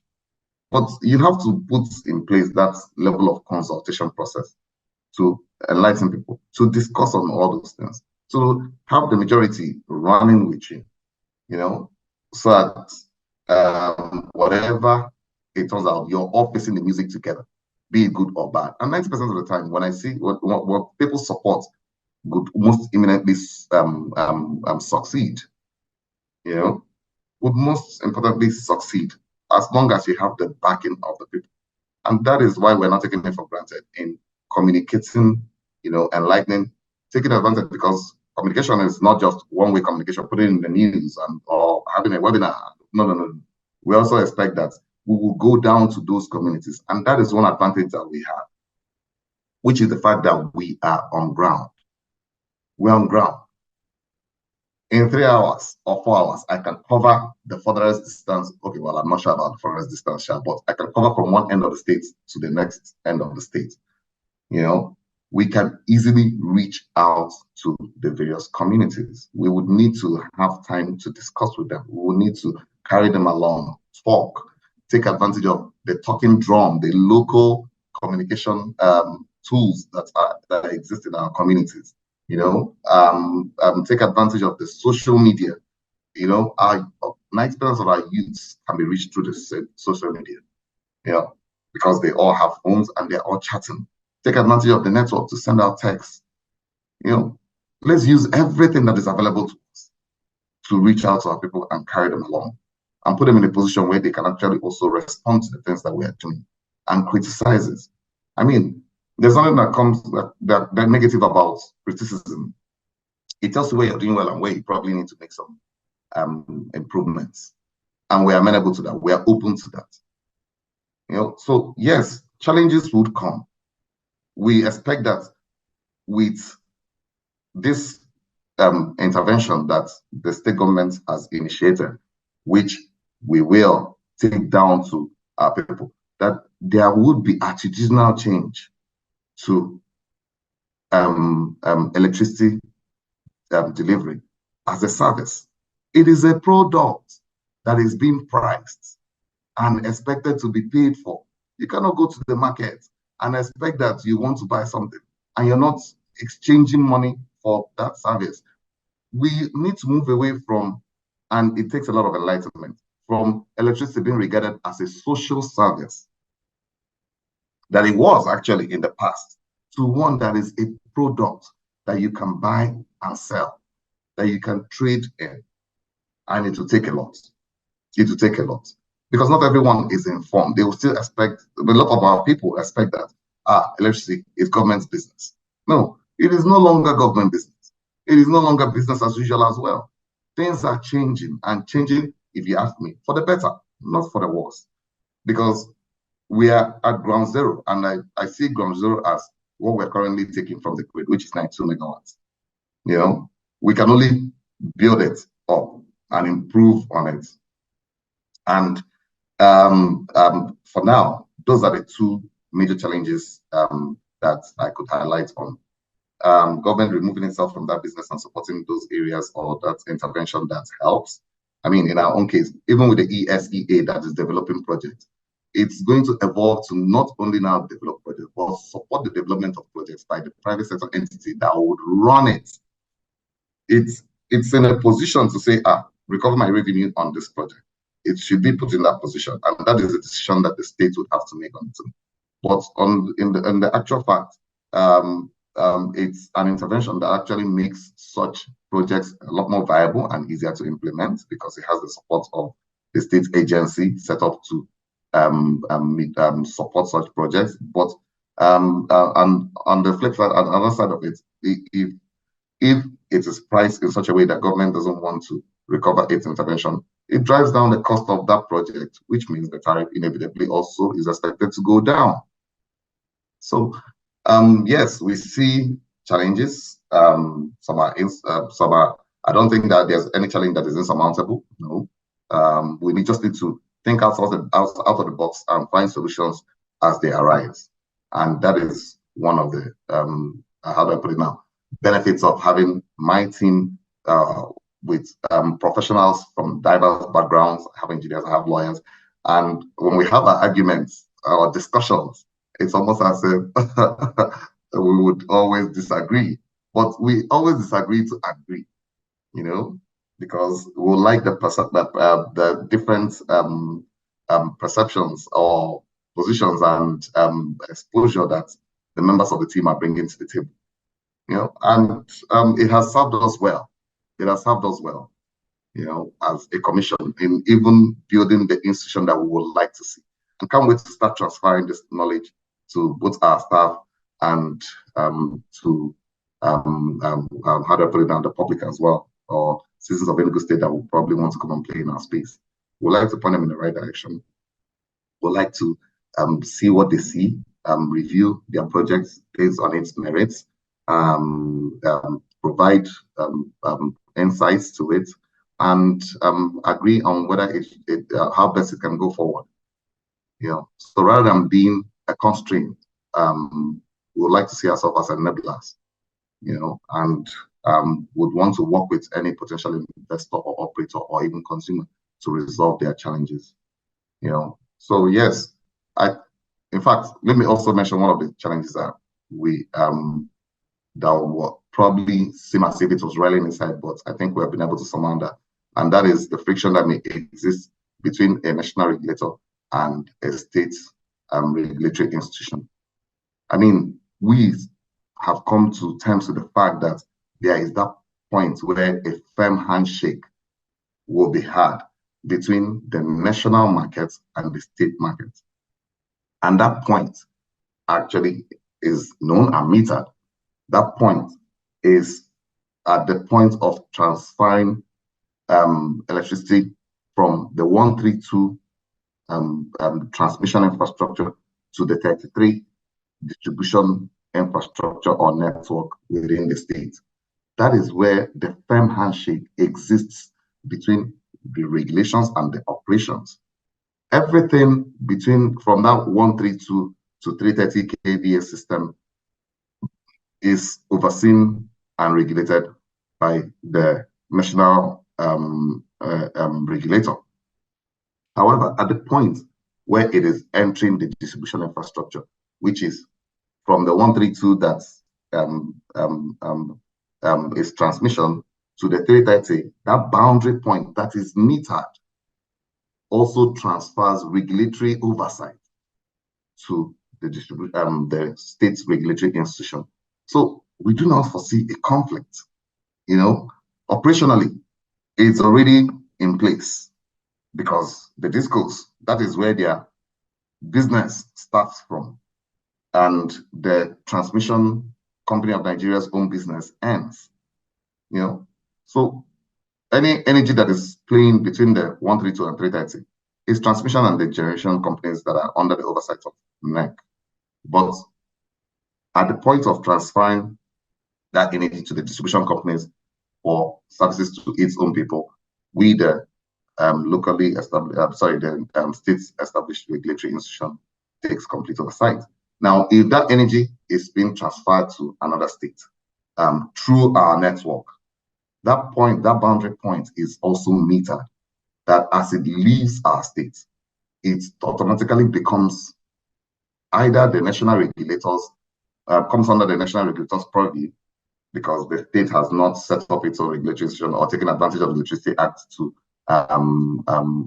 develop its own markets, or if it has already developed its own markets and has in place its own state regulatory organization, there's that entity or that regulatory organization takes full control.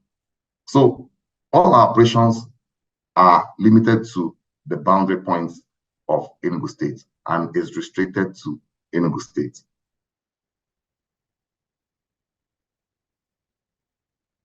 So I hope that answers to a very large extent your question. Yeah, no, great question, great answers. You actually even answered one other question around collaboration across the federal and the state. So I think because of the other questions that I've been seeing in the in the chat. I'll just probably ask one more question, which is really so allow me saying something. Okay. So it's really around. You said, for instance, that you want in some circles the EERC is the guinea pig, but I want to look at it a bit different. If the EERC is developing a blueprint for other states to follow, and then finally, how does this new regulatory framework support Nigeria's overall just transition objectives? So just those two questions that are, I think you've hinted at some of the answers to those questions, but it would just be good to hear a bit more about those two areas. Thank you. Yeah. Okay. So well, we're the pilots. I'll rather stick to the pilot than they get a pig. You know, and it's not just us. I mean, 2 other states have also received their transition orders, and that is Ekiti State and Ondo State. And what we are doing at our different levels within our own states to carry out those necessary studies that puts us in a position to be informed as to where the energy is most needed and what the quick interventions would be, what are the low-hanging fruits that should be taken advantage of, and how best can we market our states to deliver on the expectations of our citizens. So you might say that we have already started collaborating. We are engaging.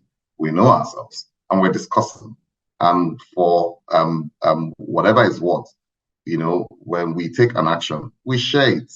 You know, if the next state probably finds it of value, they can probably adopt it or tailor it to fit their own specific requirements and peculiarities. You know, and we would like to see that continue. You know, across the states that are actually preparing their laws now. You know, so while we are already running with our brothers in Ekiti and Ondo, quite a number of other states are now preparing their laws or have their laws already presented to their state house of assemblies for consideration. And upon passage, they will have to go through the rigors of setting up a regulatory institution. I mean,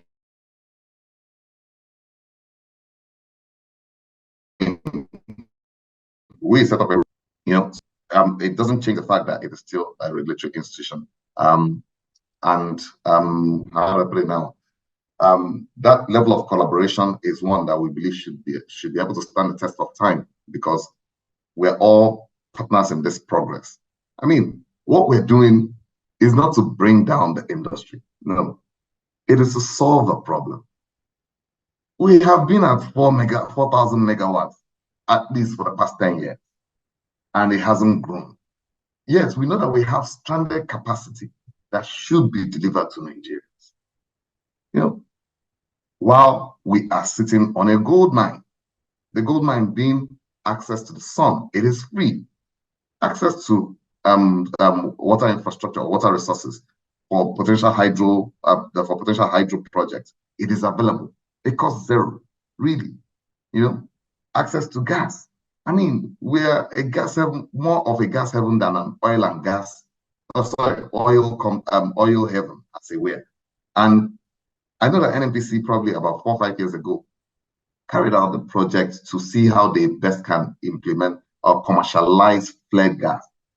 And that is some major level of wastage that should have been taken advantage of, you know, to deliver energy, even if it's within the communities where these operations exist. I do not know the level of corporate social responsibility that most of the oil companies have actually implemented, but that is a low-hanging fruit. To capture that gas and give the community light as a corporate social responsibility, you know, where they are actually, rather than flare it, I don't think we would have had the level of agitation we had in the Niger Delta if that was done. So why can't we imbibe it across the country? Why can't we take advantage of the resources that we are blessed with? You know, why let it be either how do I put it now? Why do we have to just let it waste or use it badly or not use it to the advantage of the state and the country? Why are we lacking in bringing in the right kind of operations that would ensure the economic growth and development of the country? Yeah. And that is a question we don't have an answer to. You can say year in, year out, it seems like the dependence has been at the center, but quite a number of the states are now taking advantage of the opportunities that exist within their states to grow their IGR. And it's an opportunity that every state should take advantage of.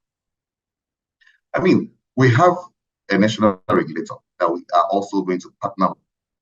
And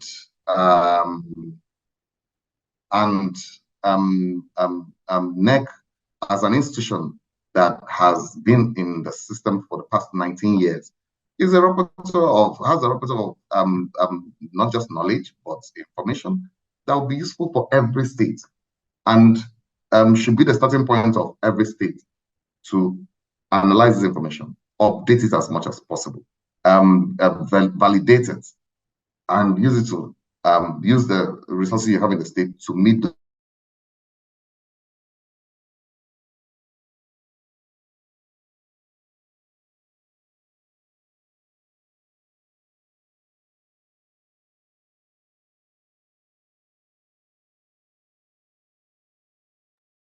Have we lost you, Mr. Chairman, or is it just from my end?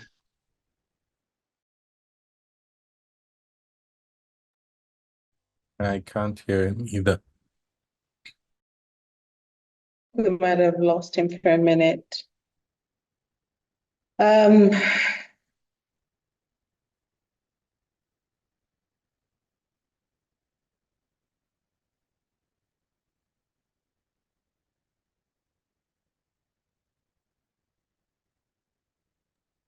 Okay, I think he's maybe some network challenges. Perhaps Ibilola will move straight into questions when he comes back. Just one or two because of time constraints. But it's really up to you. Yes, yes, I agree. But I think we might just have to wait till he comes back, because he has to be the one to answer the questions in any event. But thank you to everyone who has joined. We thank you for your patience. We thank you for listening in. So we have quite a few questions here that we are going to I think one key question that I've seen in the chat is really around sharing Abdul Rashid's presentation as well as the chairman's presentation. I think it will be helpful to know if we can get those presentations. Yes, we can share those presentations. I'm going to type in the chat box now. Kindly send your request for the presentations to this email address, and we will get back to you. Please, Okay. I must apologize. I don't know. The devil is truly a liar. Welcome back, Chairman. So we thought we'll just go straight to questions and answers, because there's so many questions and people want to talk to you directly. So what I'm going to try to do is, if you have a question, just raise your hand. Let's just raise your hand so you can speak directly to the chairman, and I will give you the microphone access. Just raise your hand and I will do that. But pending that, I will ask some of the written questions. Okay, so Joel Odili has his hand up, so I'll allow him to ask his question now. Joel, you have the floor. Please go ahead. Joel, are you there? Okay. Yes, I'm there. I'm eligible. Please go ahead. Okay. Good afternoon, everyone. Good afternoon. Good afternoon. How are you? Good afternoon. Please proceed with your question. Quickly. Okay, yes. So my question is about the trilogy of energy. So the commissioner spoke largely on energy access and energy security. So my question is, what is the commission's plan towards energy affordability, and environmental sustainability in Enugu State.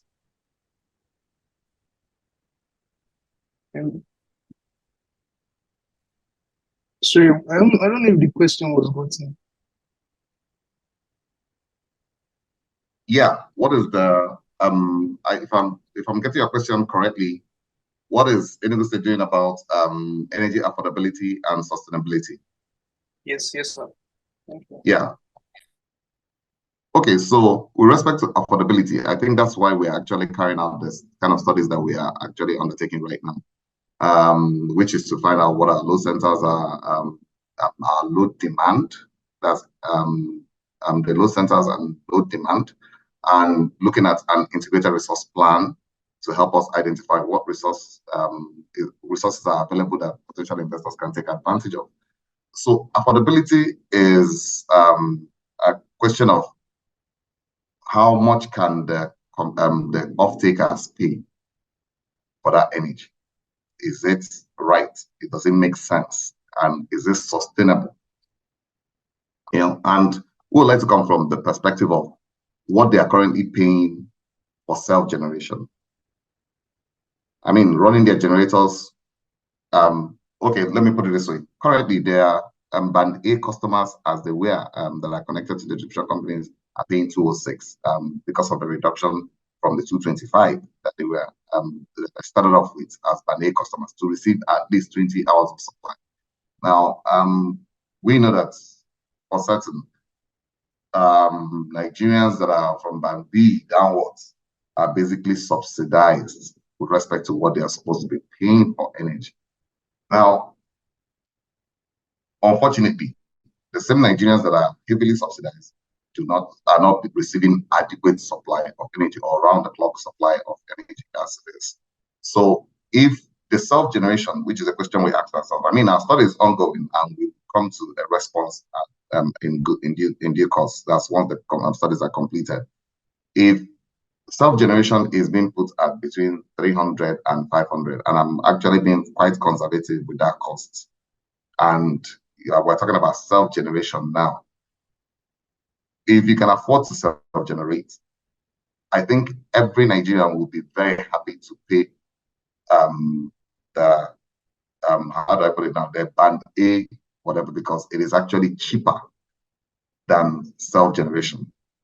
However, on the average, and from information we're receiving from what is happening in other locations as it were, the actual cost of generation or having energy delivered to different consumer classes is averaging between real costs is averaging between let me give it as a range between 130 and 160,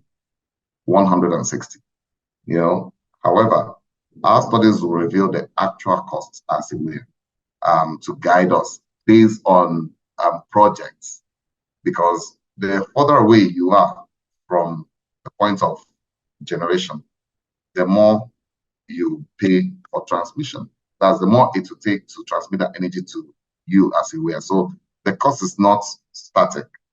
Now, the ability for Nigerians to pay for it will be dependent on, would you rather not have, or would you rather self-generate and pay more than have one that is delivered from either a generating company that is located close to you, or from a supplier that has reinforced your network and is in a guarantees or provides you with reliable electricity based on an effective power purchase agreement, you know, that the players are put in a position to honor the contract obligation.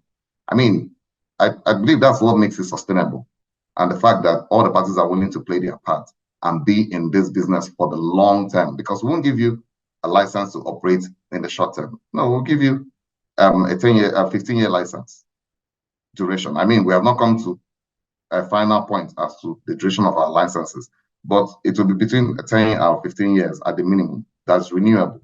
And if it's as a going concern that you see that this is a profitable business, you wouldn't want to leave it in the short term. You would want to continue to operate in that business for the long term. So yes, we see that what we're doing will be sustainable because of the opportunity that it creates for potential operators or investors to recover their investments and make some decent profits on it, while also expecting that we actually encourage right pricing for that product to put the off-takers or the consumers in a position to afford it. So I hope that answers to your question, Joel. Yes, it does. Thank you. Thank you very much. Thank you so much, Chairman. Next, I'm going to hand over to Neritmwa.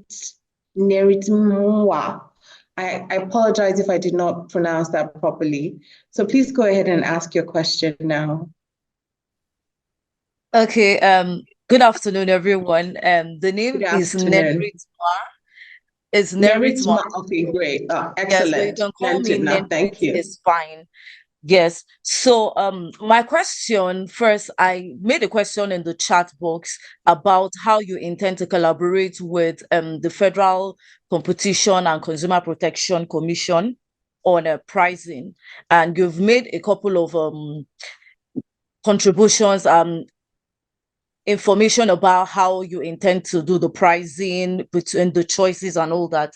Then secondly, I want to ask, what decisive action do you want to take, or what framework do you have in place to penalize those that will engage in compromising your system, and also electricity infrastructure theft and all that? What is the structure you hope to put in place? Because infrastructure protection is important, and theft also sabotages business. So what framework do you have to manage that and discipline those who would default?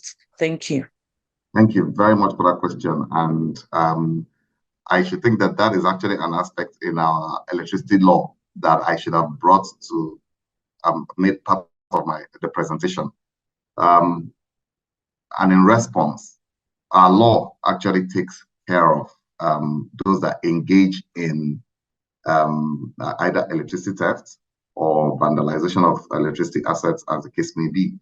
And I would say that our law imposed penalties, very stringent penalties. I mean, it's actually much more stringent than what is currently obtainable at the federal level, you know, on anybody that's how do I put it now? Anybody that either decides to engage in electricity theft or vandalize electricity infrastructure, you will pay with either from penalties, financial penalties, to probably jail time, or both, either one or the other, or both, as they were. You know, I think our penalties, you know, that are actually detailed out in our law already, you know, are ones that we're not going to deviate from. We wouldn't want to, how do I put it now, further impose, because it is really stringent. In some cases, over 500,000. Sorry, yeah, 500,000, you know, penalties, or it's pretty stringent. That's what I can tell you right now. And yes, it is one of the few areas that we need to communicate to our people. Not only would they need to protect those these investments, because it is their investment, especially if the state supports such investments through the ESEA, that's the Electrification Agency. If the state supports the transmission infrastructure and one decides that I'm not going to cut these wires and start selling the black market, you are depriving. The biggest sin is to deprive one of what services they should actually get, because you're vandalizing it for pittance, and they will never sell it at the market value. You actually get to the back market and buy and see this. They will sell these products for pittance, you know, while you probably would have thrown a whole community into darkness. I mean, the state is highly against it, and we support the penalties that have been integrated into the law itself. I mean, the House of Assembly sat over it and agreed that they should stay. So it is pretty stiff, and is both a financial penalty, or it's either a financial penalty or jail time.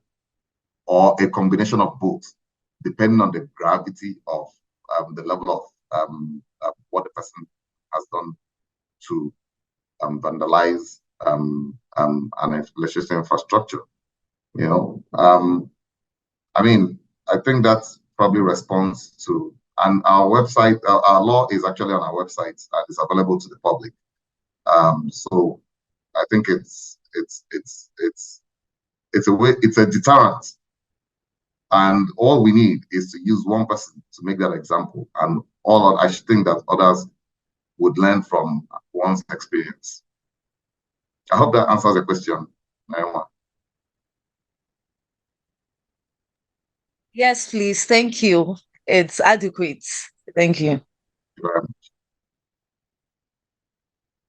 Okay. Okay. Yes. So anybody else have any questions they want to ask directly before we go to these questions that are here, the questions that that have been asked? So Chairman, you have quite a number of questions to answer. Well, okay.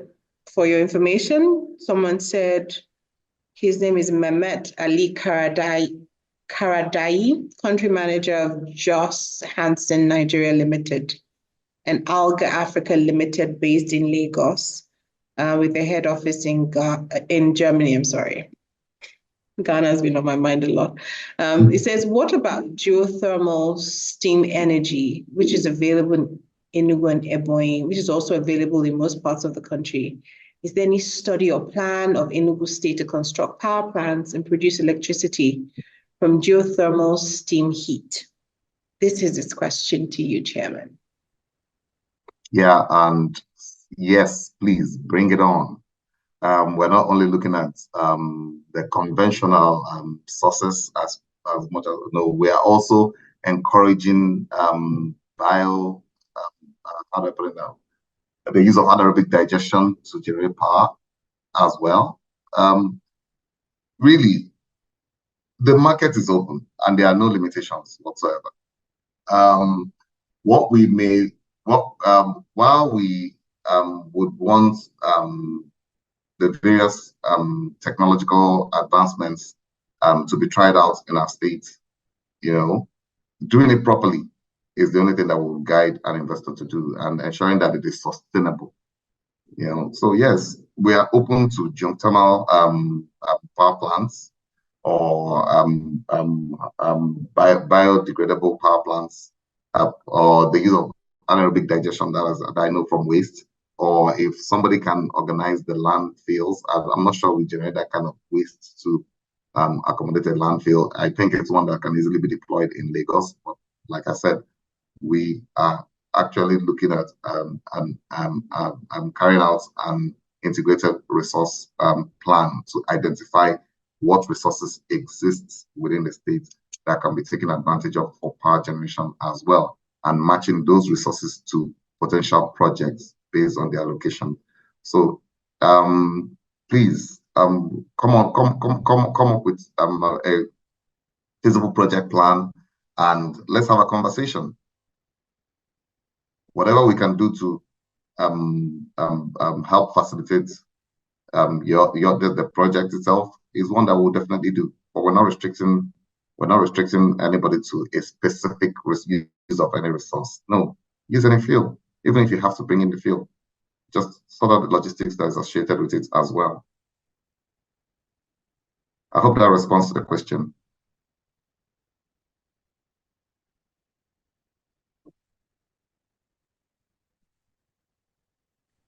I'm sure that does. Chairman, can you hear me? Yes, I can. Hello? Yes, I can. Yes, I can. Okay. Okay. All right. So Mr. Dakwadishino says he believes that you're a good fit for EERC, that as a pioneer in the space at the subnational level, much will be expected of you and your team to deliver maximally so that other states can follow in your footsteps. He wishes you well. Thank you very much. Jennifer Anya says, has the state been audited to identify unserved areas and their off-grid targets to electrify housing, agriculture, MSMEs? So the first part is to identify the unserved and underserved communities first, which has been completed. We have a list of the over 125 communities within our state that are either not served electricity or are underserved. And in some cases, some of the unserved communities do not have access to electricity infrastructure in the first place. So it is more like a virgin or green, would require probably a green project, as it were. However, the second phase, which is the much detailed study that we are about to undertake, is to not only identify the population that exists in these communities that are either underserved or unserved, or to ascertain their economic mainstay and find out the demographics, map these locations based on the number of households, the population, the gender, economic mainstay, educational level, what exists in such locations, but also to try and match these communities to potential resources, natural resources that natural energy resources that exist and would probably be a quick win to provide services to those states, to those communities. So once our integrated resource plan is complete, we'll make it available to the public or potential investors and operators so that they themselves can also use that to determine what their projects, for those that want to wait for it. But rather than wait for it, come into the state and investigate, and probably if you find some potential commercial off-takers or industrial customers, as the case may be, or residential estates that you want to set up your plant and meet their specific requirements, by all means, please, we don't have to wait for us to be prepared. Instead, we would want to even work with you. If you send us your information that this is who they are and this is what you want to do, we will validate that information. I would like to think that we're in a hurry to meet the expectations and requirements of our citizens than to wait till every single thing is put in place. No. Please run faster than us if you can, but we'll definitely validate the information as is and be sure that the solution that you're providing best so it's work in progress. I'll regard it as work in progress because we have already done the first part of identifying these communities, and we're willing to share that information with potential investors who would now take that and run with it. We actually have a rough estimate of the population that exists within these communities as well, so as to guide them. But we're going further down to do an in-depth study to actually match projects to customers or the market as it were at different levels. I hope that responds to that question. I see that and everyone has another question. I hope I'm pronouncing your name correctly.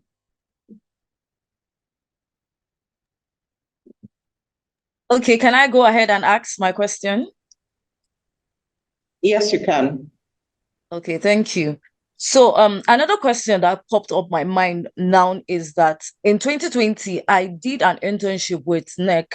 And one of the things I discovered is when I was going through the cases that normally happens between discos and their consumers, and then they end up in court litigation, one of the aspects that they had always complained about is that most of the judges are not really conversant with the nature of transactions in the energy space, in the electricity space, and that oftentimes NERC organizes trainings for judges to bring them up to speed with the happenings in the sector and educate them on a lot of factors that they need to consider when it comes to judging any case that has to do with litigation in the electricity sector. So I want to ask now, what plans do you have as a state to have something like that? Have you really considered it that litigation may arise, and how do you intend to get the best result possible so that you don't have people that are right getting judgment against them just because the people handling it are not so equipped with information about the sector? Have you considered that? What do you have in place to handle that? Thank you. Yes, thank you very much for that question, and it makes a lot of sense. And yes, we have considered that. In fact, the conversation has started. Upon confirmation, we have actually initiated that conversation with to have a session with judges in the state, be it at the customary from the customary courts or from the high courts in the state, to put them in a position to understand what the desires and dreams of the government is for the electricity industry, and how we have been constituted to oversee or midwife this electricity industry within the state, and what our powers are and what the limitations are. And while we see a litigation as the very last position that anybody would want to take advantage of to get his grievances resolved or have his issues considered, I mean, we would have expected that we would have been given an opportunity to resolve in-house. I mean, because even within the national regulation, national regulator, they have the dispute councils or the independent electricity dispute resolution panel and council that should have been doing their playing a part for us to resolve electricity disputes as they arise. In our own case, because we're dealing with a small, we haven't finalized whether we should have a dispute resolution panel or we should basically take it up as a commission. It's a conversation that we're having. But in actual fact, we expect that taking a case or initiating some level of litigation would be the very last step that any player party, be it consumer or operator, would want to take, that would have exhausted the processes, existing processes that are available with the commission, to resolve any of those disputes. And in having that conversation with judges, yes, we are actually going to organize a training session to highlight potential disputes that may come up, areas that they probably may not be comfortable with, knowledge of the sector, improving their knowledge of the sector and how the sector basically operates. I'm sure judges are fully informed on the sanctity of contracts and obligations and provisions of both laws and agreements that are put in place to drive what they call it, interactions between parties. Ours is to basically explain how the system works and the need to speedily go through any of the cases that comes to them. In fact, if they can allocate electrical related disputes and cases to specific judges that have been trained to fully understand how the system or the sector operates, I think we should be able to receive speedy judgments rather than the case that will be deferred for months because they need to be educated on it first. No, while we are thinking of providing that enlightenment for our people as well, we are going to constantly be talking to them as well and opening up our sector for them to fully understand, just in case that last mile requirement is taken advantage of by an operator or a party or a consumer, an aggrieved consumer that wants his case to be addressed in court. And I think it puts them in a position to speak to the cases as speedily as possible and resolve them in record time, just like I expect that it should be playing out at the national level. So yes, we are already considering that and we'll put it in place as well. I hope that responds to your question. Yes, thank you, sir. Thank you. Thank you so much, Chairman. I don't think there are any more questions from any more people. I'm sorry, just hang on a second. I'm trying to be sure that nobody's raising their hands. Okay, sorry, we have a question from Patrick Udechuku. Patrick, so I'm going to give you access now. Please ask your question. Patrick, are you there? Yes, good afternoon. Can you hear me? Yes, I can hear you. How are you? Please go ahead and ask your question. I'm doing very well. Thank you very much, Ibilola. Good afternoon, sir. I have just been on the webinar for just about 20 minutes. I registered, but unfortunately couldn't make it early. But I have truly found value in the questions, the Q&A so far. I have a question around the integrated resource plan that you spoke about. You said it touched on it's a review of generation, assets, and resources. I'm hoping, or I'm just asking, does that plan extend to a review of transmission resources as well? Yeah, I should think so. Because if we're matching potential resources and generation capabilities to potential off-takers or communities or markets, as the case may be, definitely the transmission component of it is a given. Okay, excellent. And I think just a quick addition.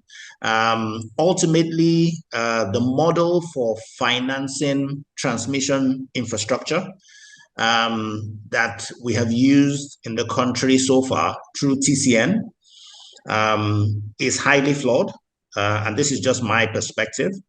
Being able to finance transmission infrastructure through the public sector or through concessional finance from multilateral development banks, we're only going to scratch the surface.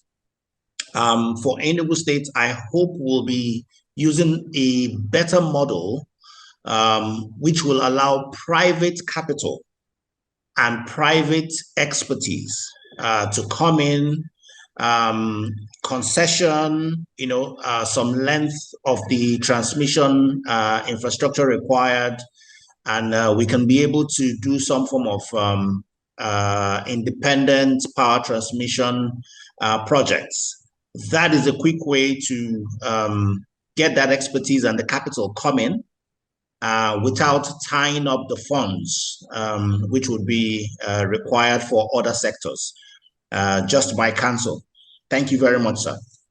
Thank you very much, Patrick. And we totally agree with you, which is why I think I mentioned that our projects that the state would only support access.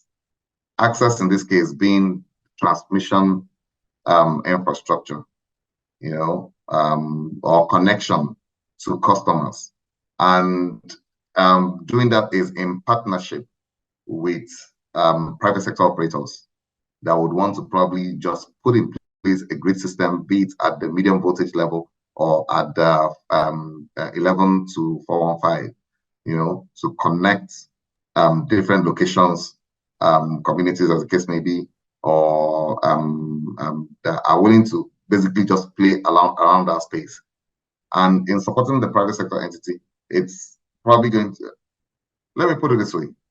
Part of what our law also empowers the ESEA to do is the right of way, resolve any issue associated with the right of way. So not only would it clear the path between the generation facility to the off-taker, but would also can support that investment that is driven by a private sector entity. It wouldn't undertake the projects themselves as ESEA. No, government is removing itself from the operations of that business, but would work with a private sector entity to put in place that infrastructure which the private sector entity would operate. So I think it's similar to what you're proposing, and that's the way we actually see that we're going. So thank you very much for that. Thank you, sir. Thank you, Patrick. Patrick, one more thing. Do you want to share what organization you work with? I forgot to say that. Yes. For people asking questions, to please introduce themselves before asking the questions. So please go ahead. Absolutely. Thank you, Bilola. I work with UK NIF. I'm an advisor with the power segment, power sector segment in UK NIF, which is the UK Nigerian Infrastructure Advisory Facility. Okay, excellent. Thank you. And I am from Enugu State, so I am also involved in this. Thank you very much. Awesome. Okay, so anybody else have any questions you'd like to ask? If not, I will take, and I realize that there isn't a lot of time, but I mean, we're here to ask the chairman questions and we should take advantage. I think Joel asked this personally. Okay, so Wola, I'm surprised I don't know if she hasn't spoken, but she sent a question. Wola, I think, believes work with either Eco Disco or Ikeja Disco, I think. She's the legal secretary, company secretary. I hope I have that right.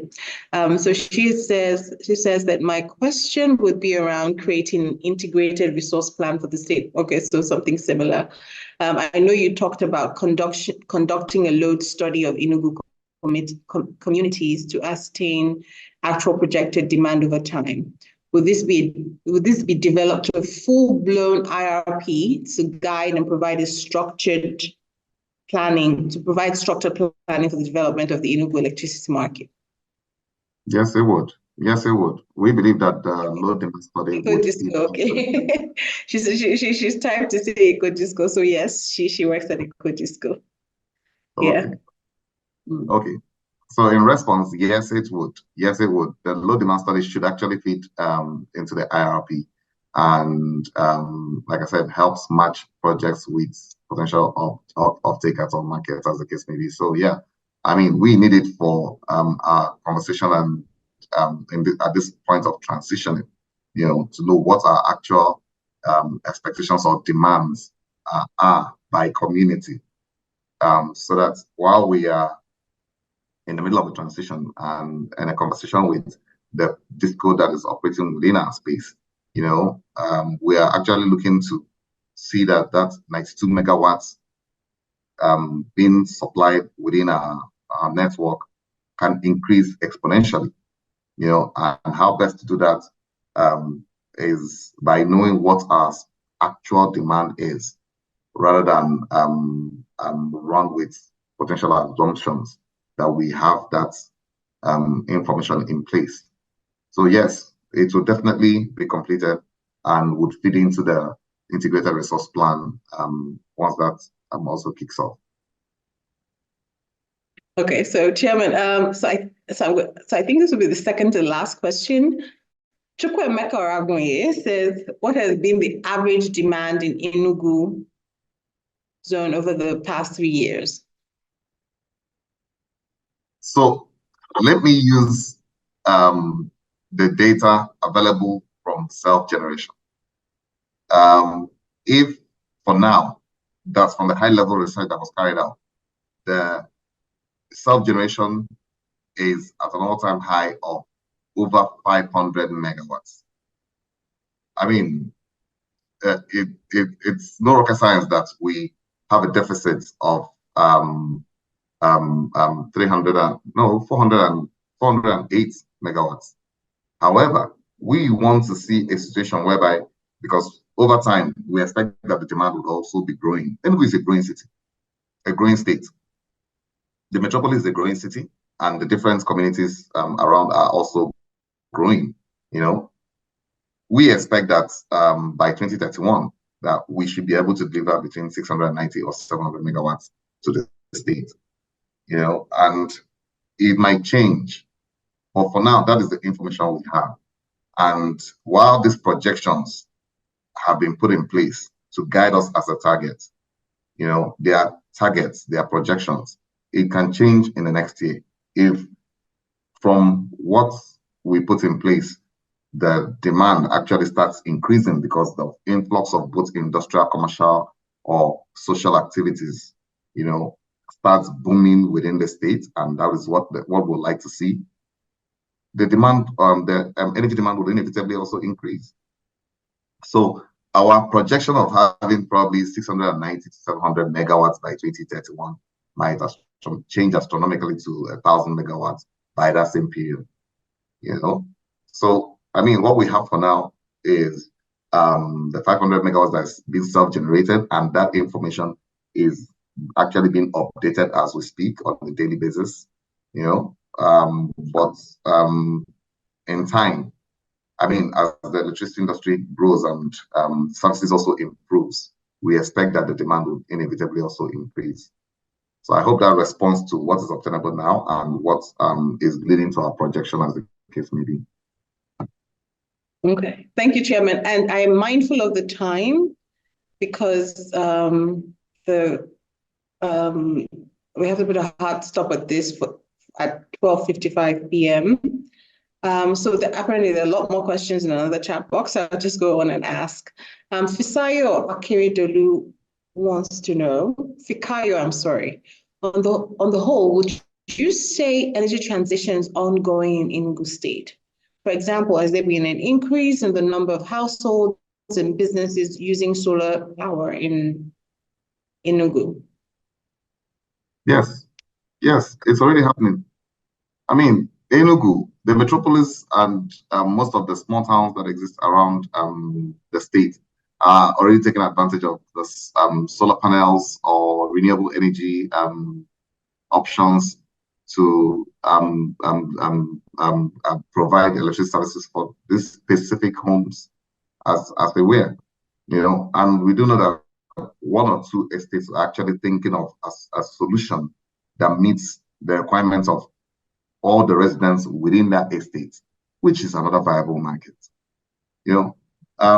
It's happening already, but you get more of solar home systems, people integrating solar home systems and the backup of the use of batteries, which are actually quite expensive. I mean, if you resolve that initial capital costs of putting in place that backup system, then I mean, you basically could almost operate off the grid, and quite a number of homes do have them. So yes, I see Enugu is already, a potential market for the energy transition itself.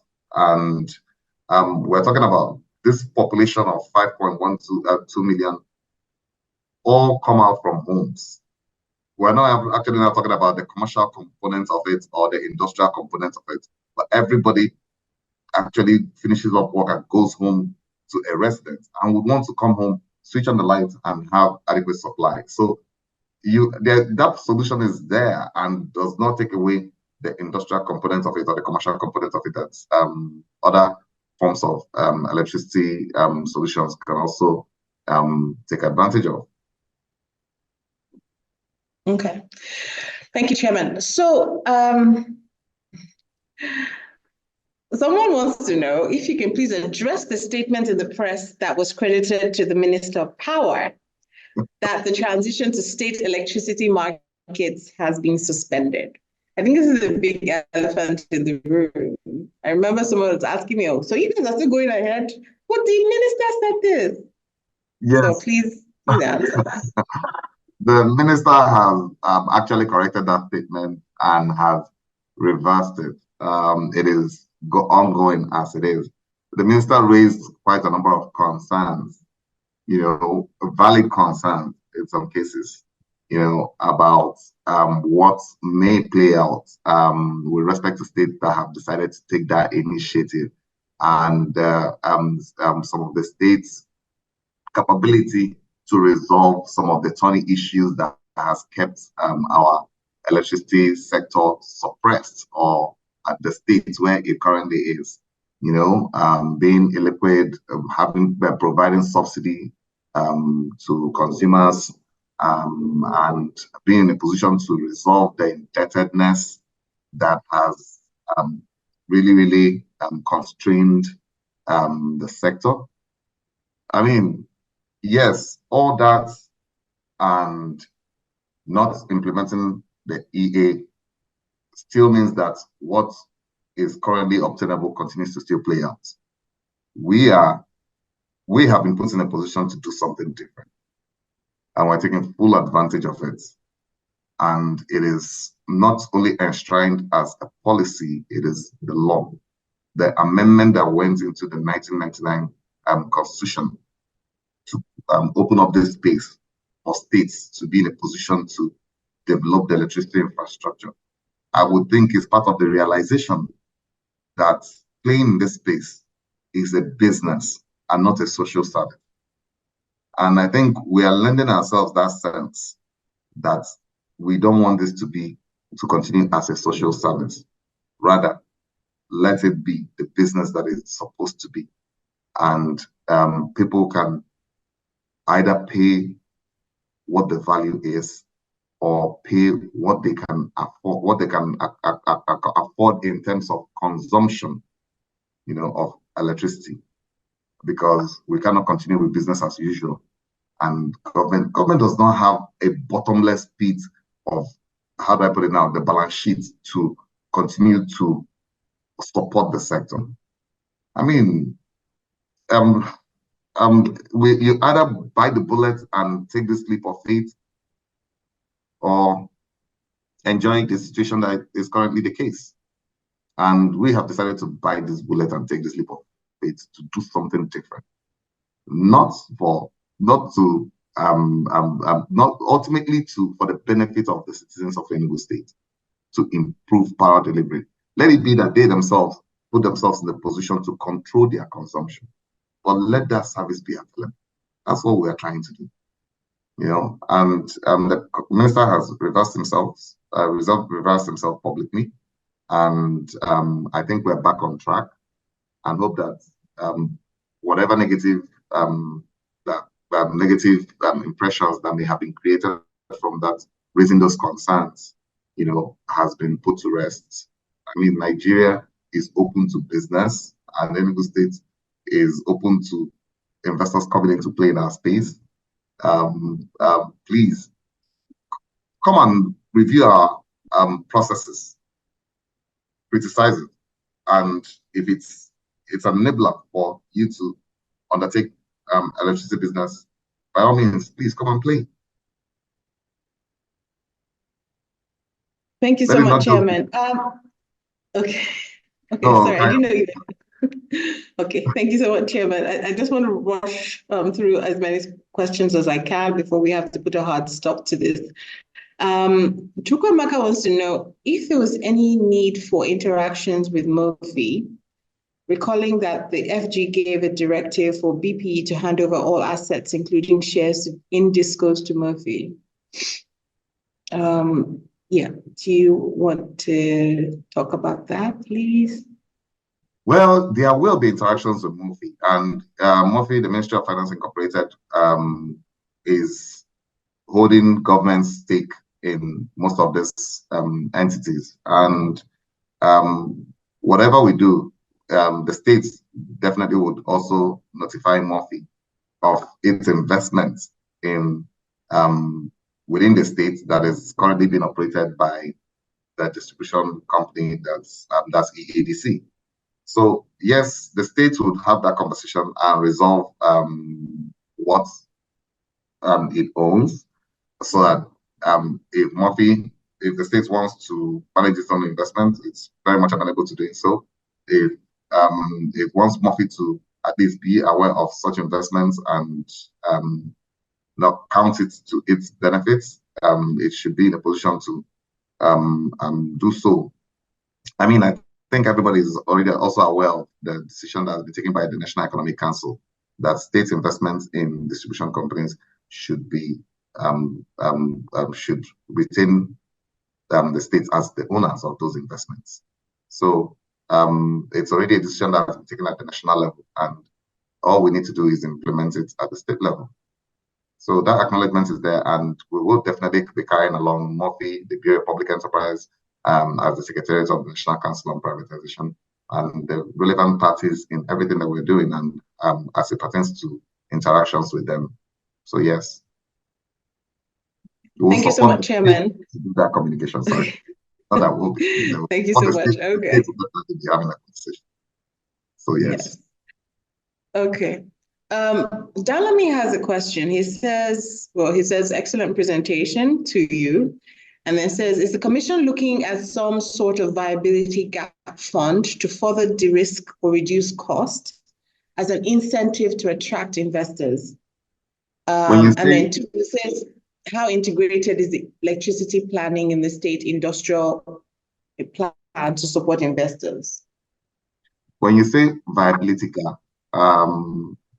if it's online, I probably would think that I need a little bit of more clarity of what it means. Okay. No, viability gap fund, I suppose if the Commission is looking at some sort of fund that can help de-risk projects for investors. So I think also there are actually, I would say that two of the processes that we're putting in place, or the facilities that are available to investors, should speak to this gap being being taken care of. And the first is through the ESEA, that's the electrification funds, that investors can leverage on working with the electrification funds, which is the state's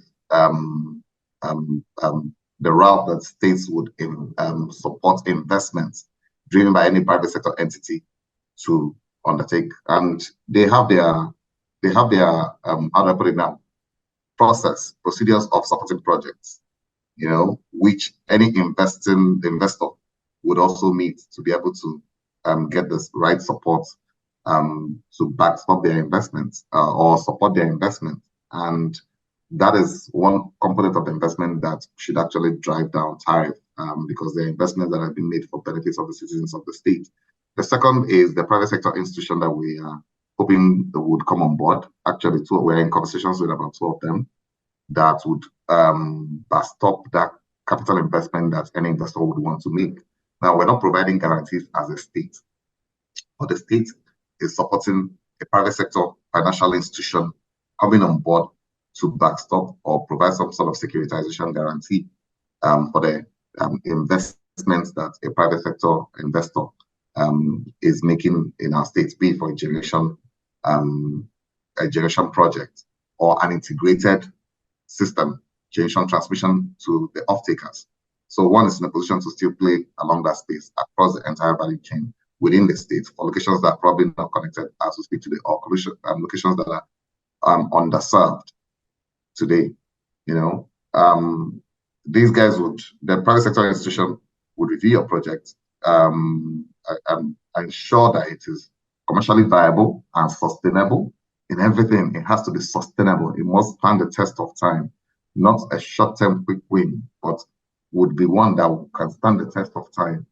And if they find it, if it meets their expectations across, they would also provide us securitization for investment. So yes, those two are actually being put in place.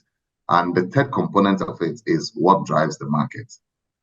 Any off-taker will be expected, as it's currently obtainable at the national level, to put in place that 3 months revolving letter of credit with its its bankers for the energy that is going to be procuring or purchasing from an IPP.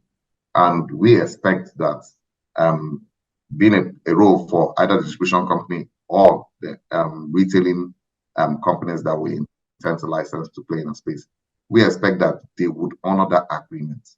They would honor that obligation. And while they are actually implementing a willing by willing seller cost-reflective tariff from the onset, I don't see why they shouldn't be able to pay for the energy that has been delivered to them to service their customers.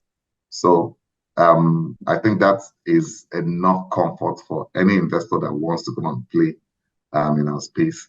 especially in this industry today. Thank you so much, Chairman. Thank you so much. I have to round up at this point. But before I do, I have to mention that the Enugu Electricity Regulatory Commission is made up of a board, made up of the chairman, who we have been speaking to for the past 2 hours, and commissioners and the general counsel, who are also on the call.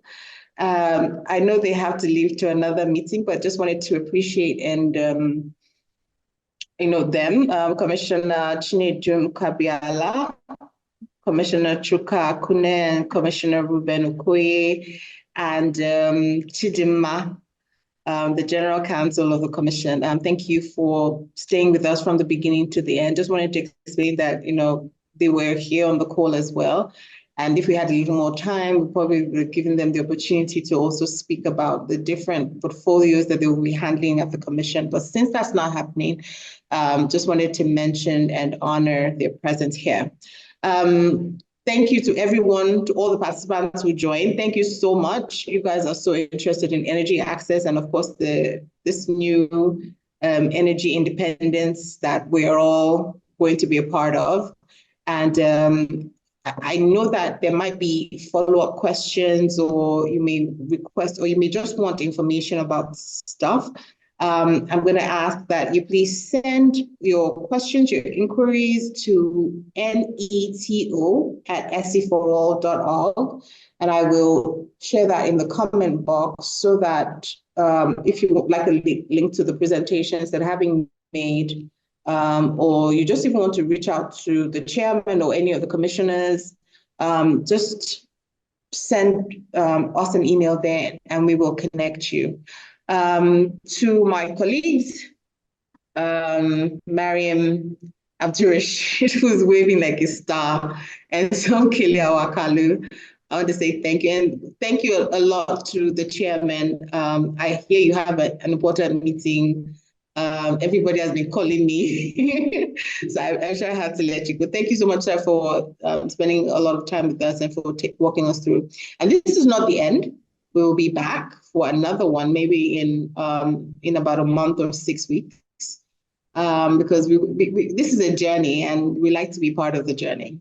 So thank you everyone for coming. Please stay tuned to our social media channels on LinkedIn, Twitter, Instagram, we're everywhere, to just see what's happening in the energy access and transition news in Nigeria. Thank you, everyone. Have a lovely afternoon. Thank you, Mr. Chairman. Thank you, everyone. Thank you, everyone. Thank Thank you, you very much, everyone. everyone. Thank you. Thank you.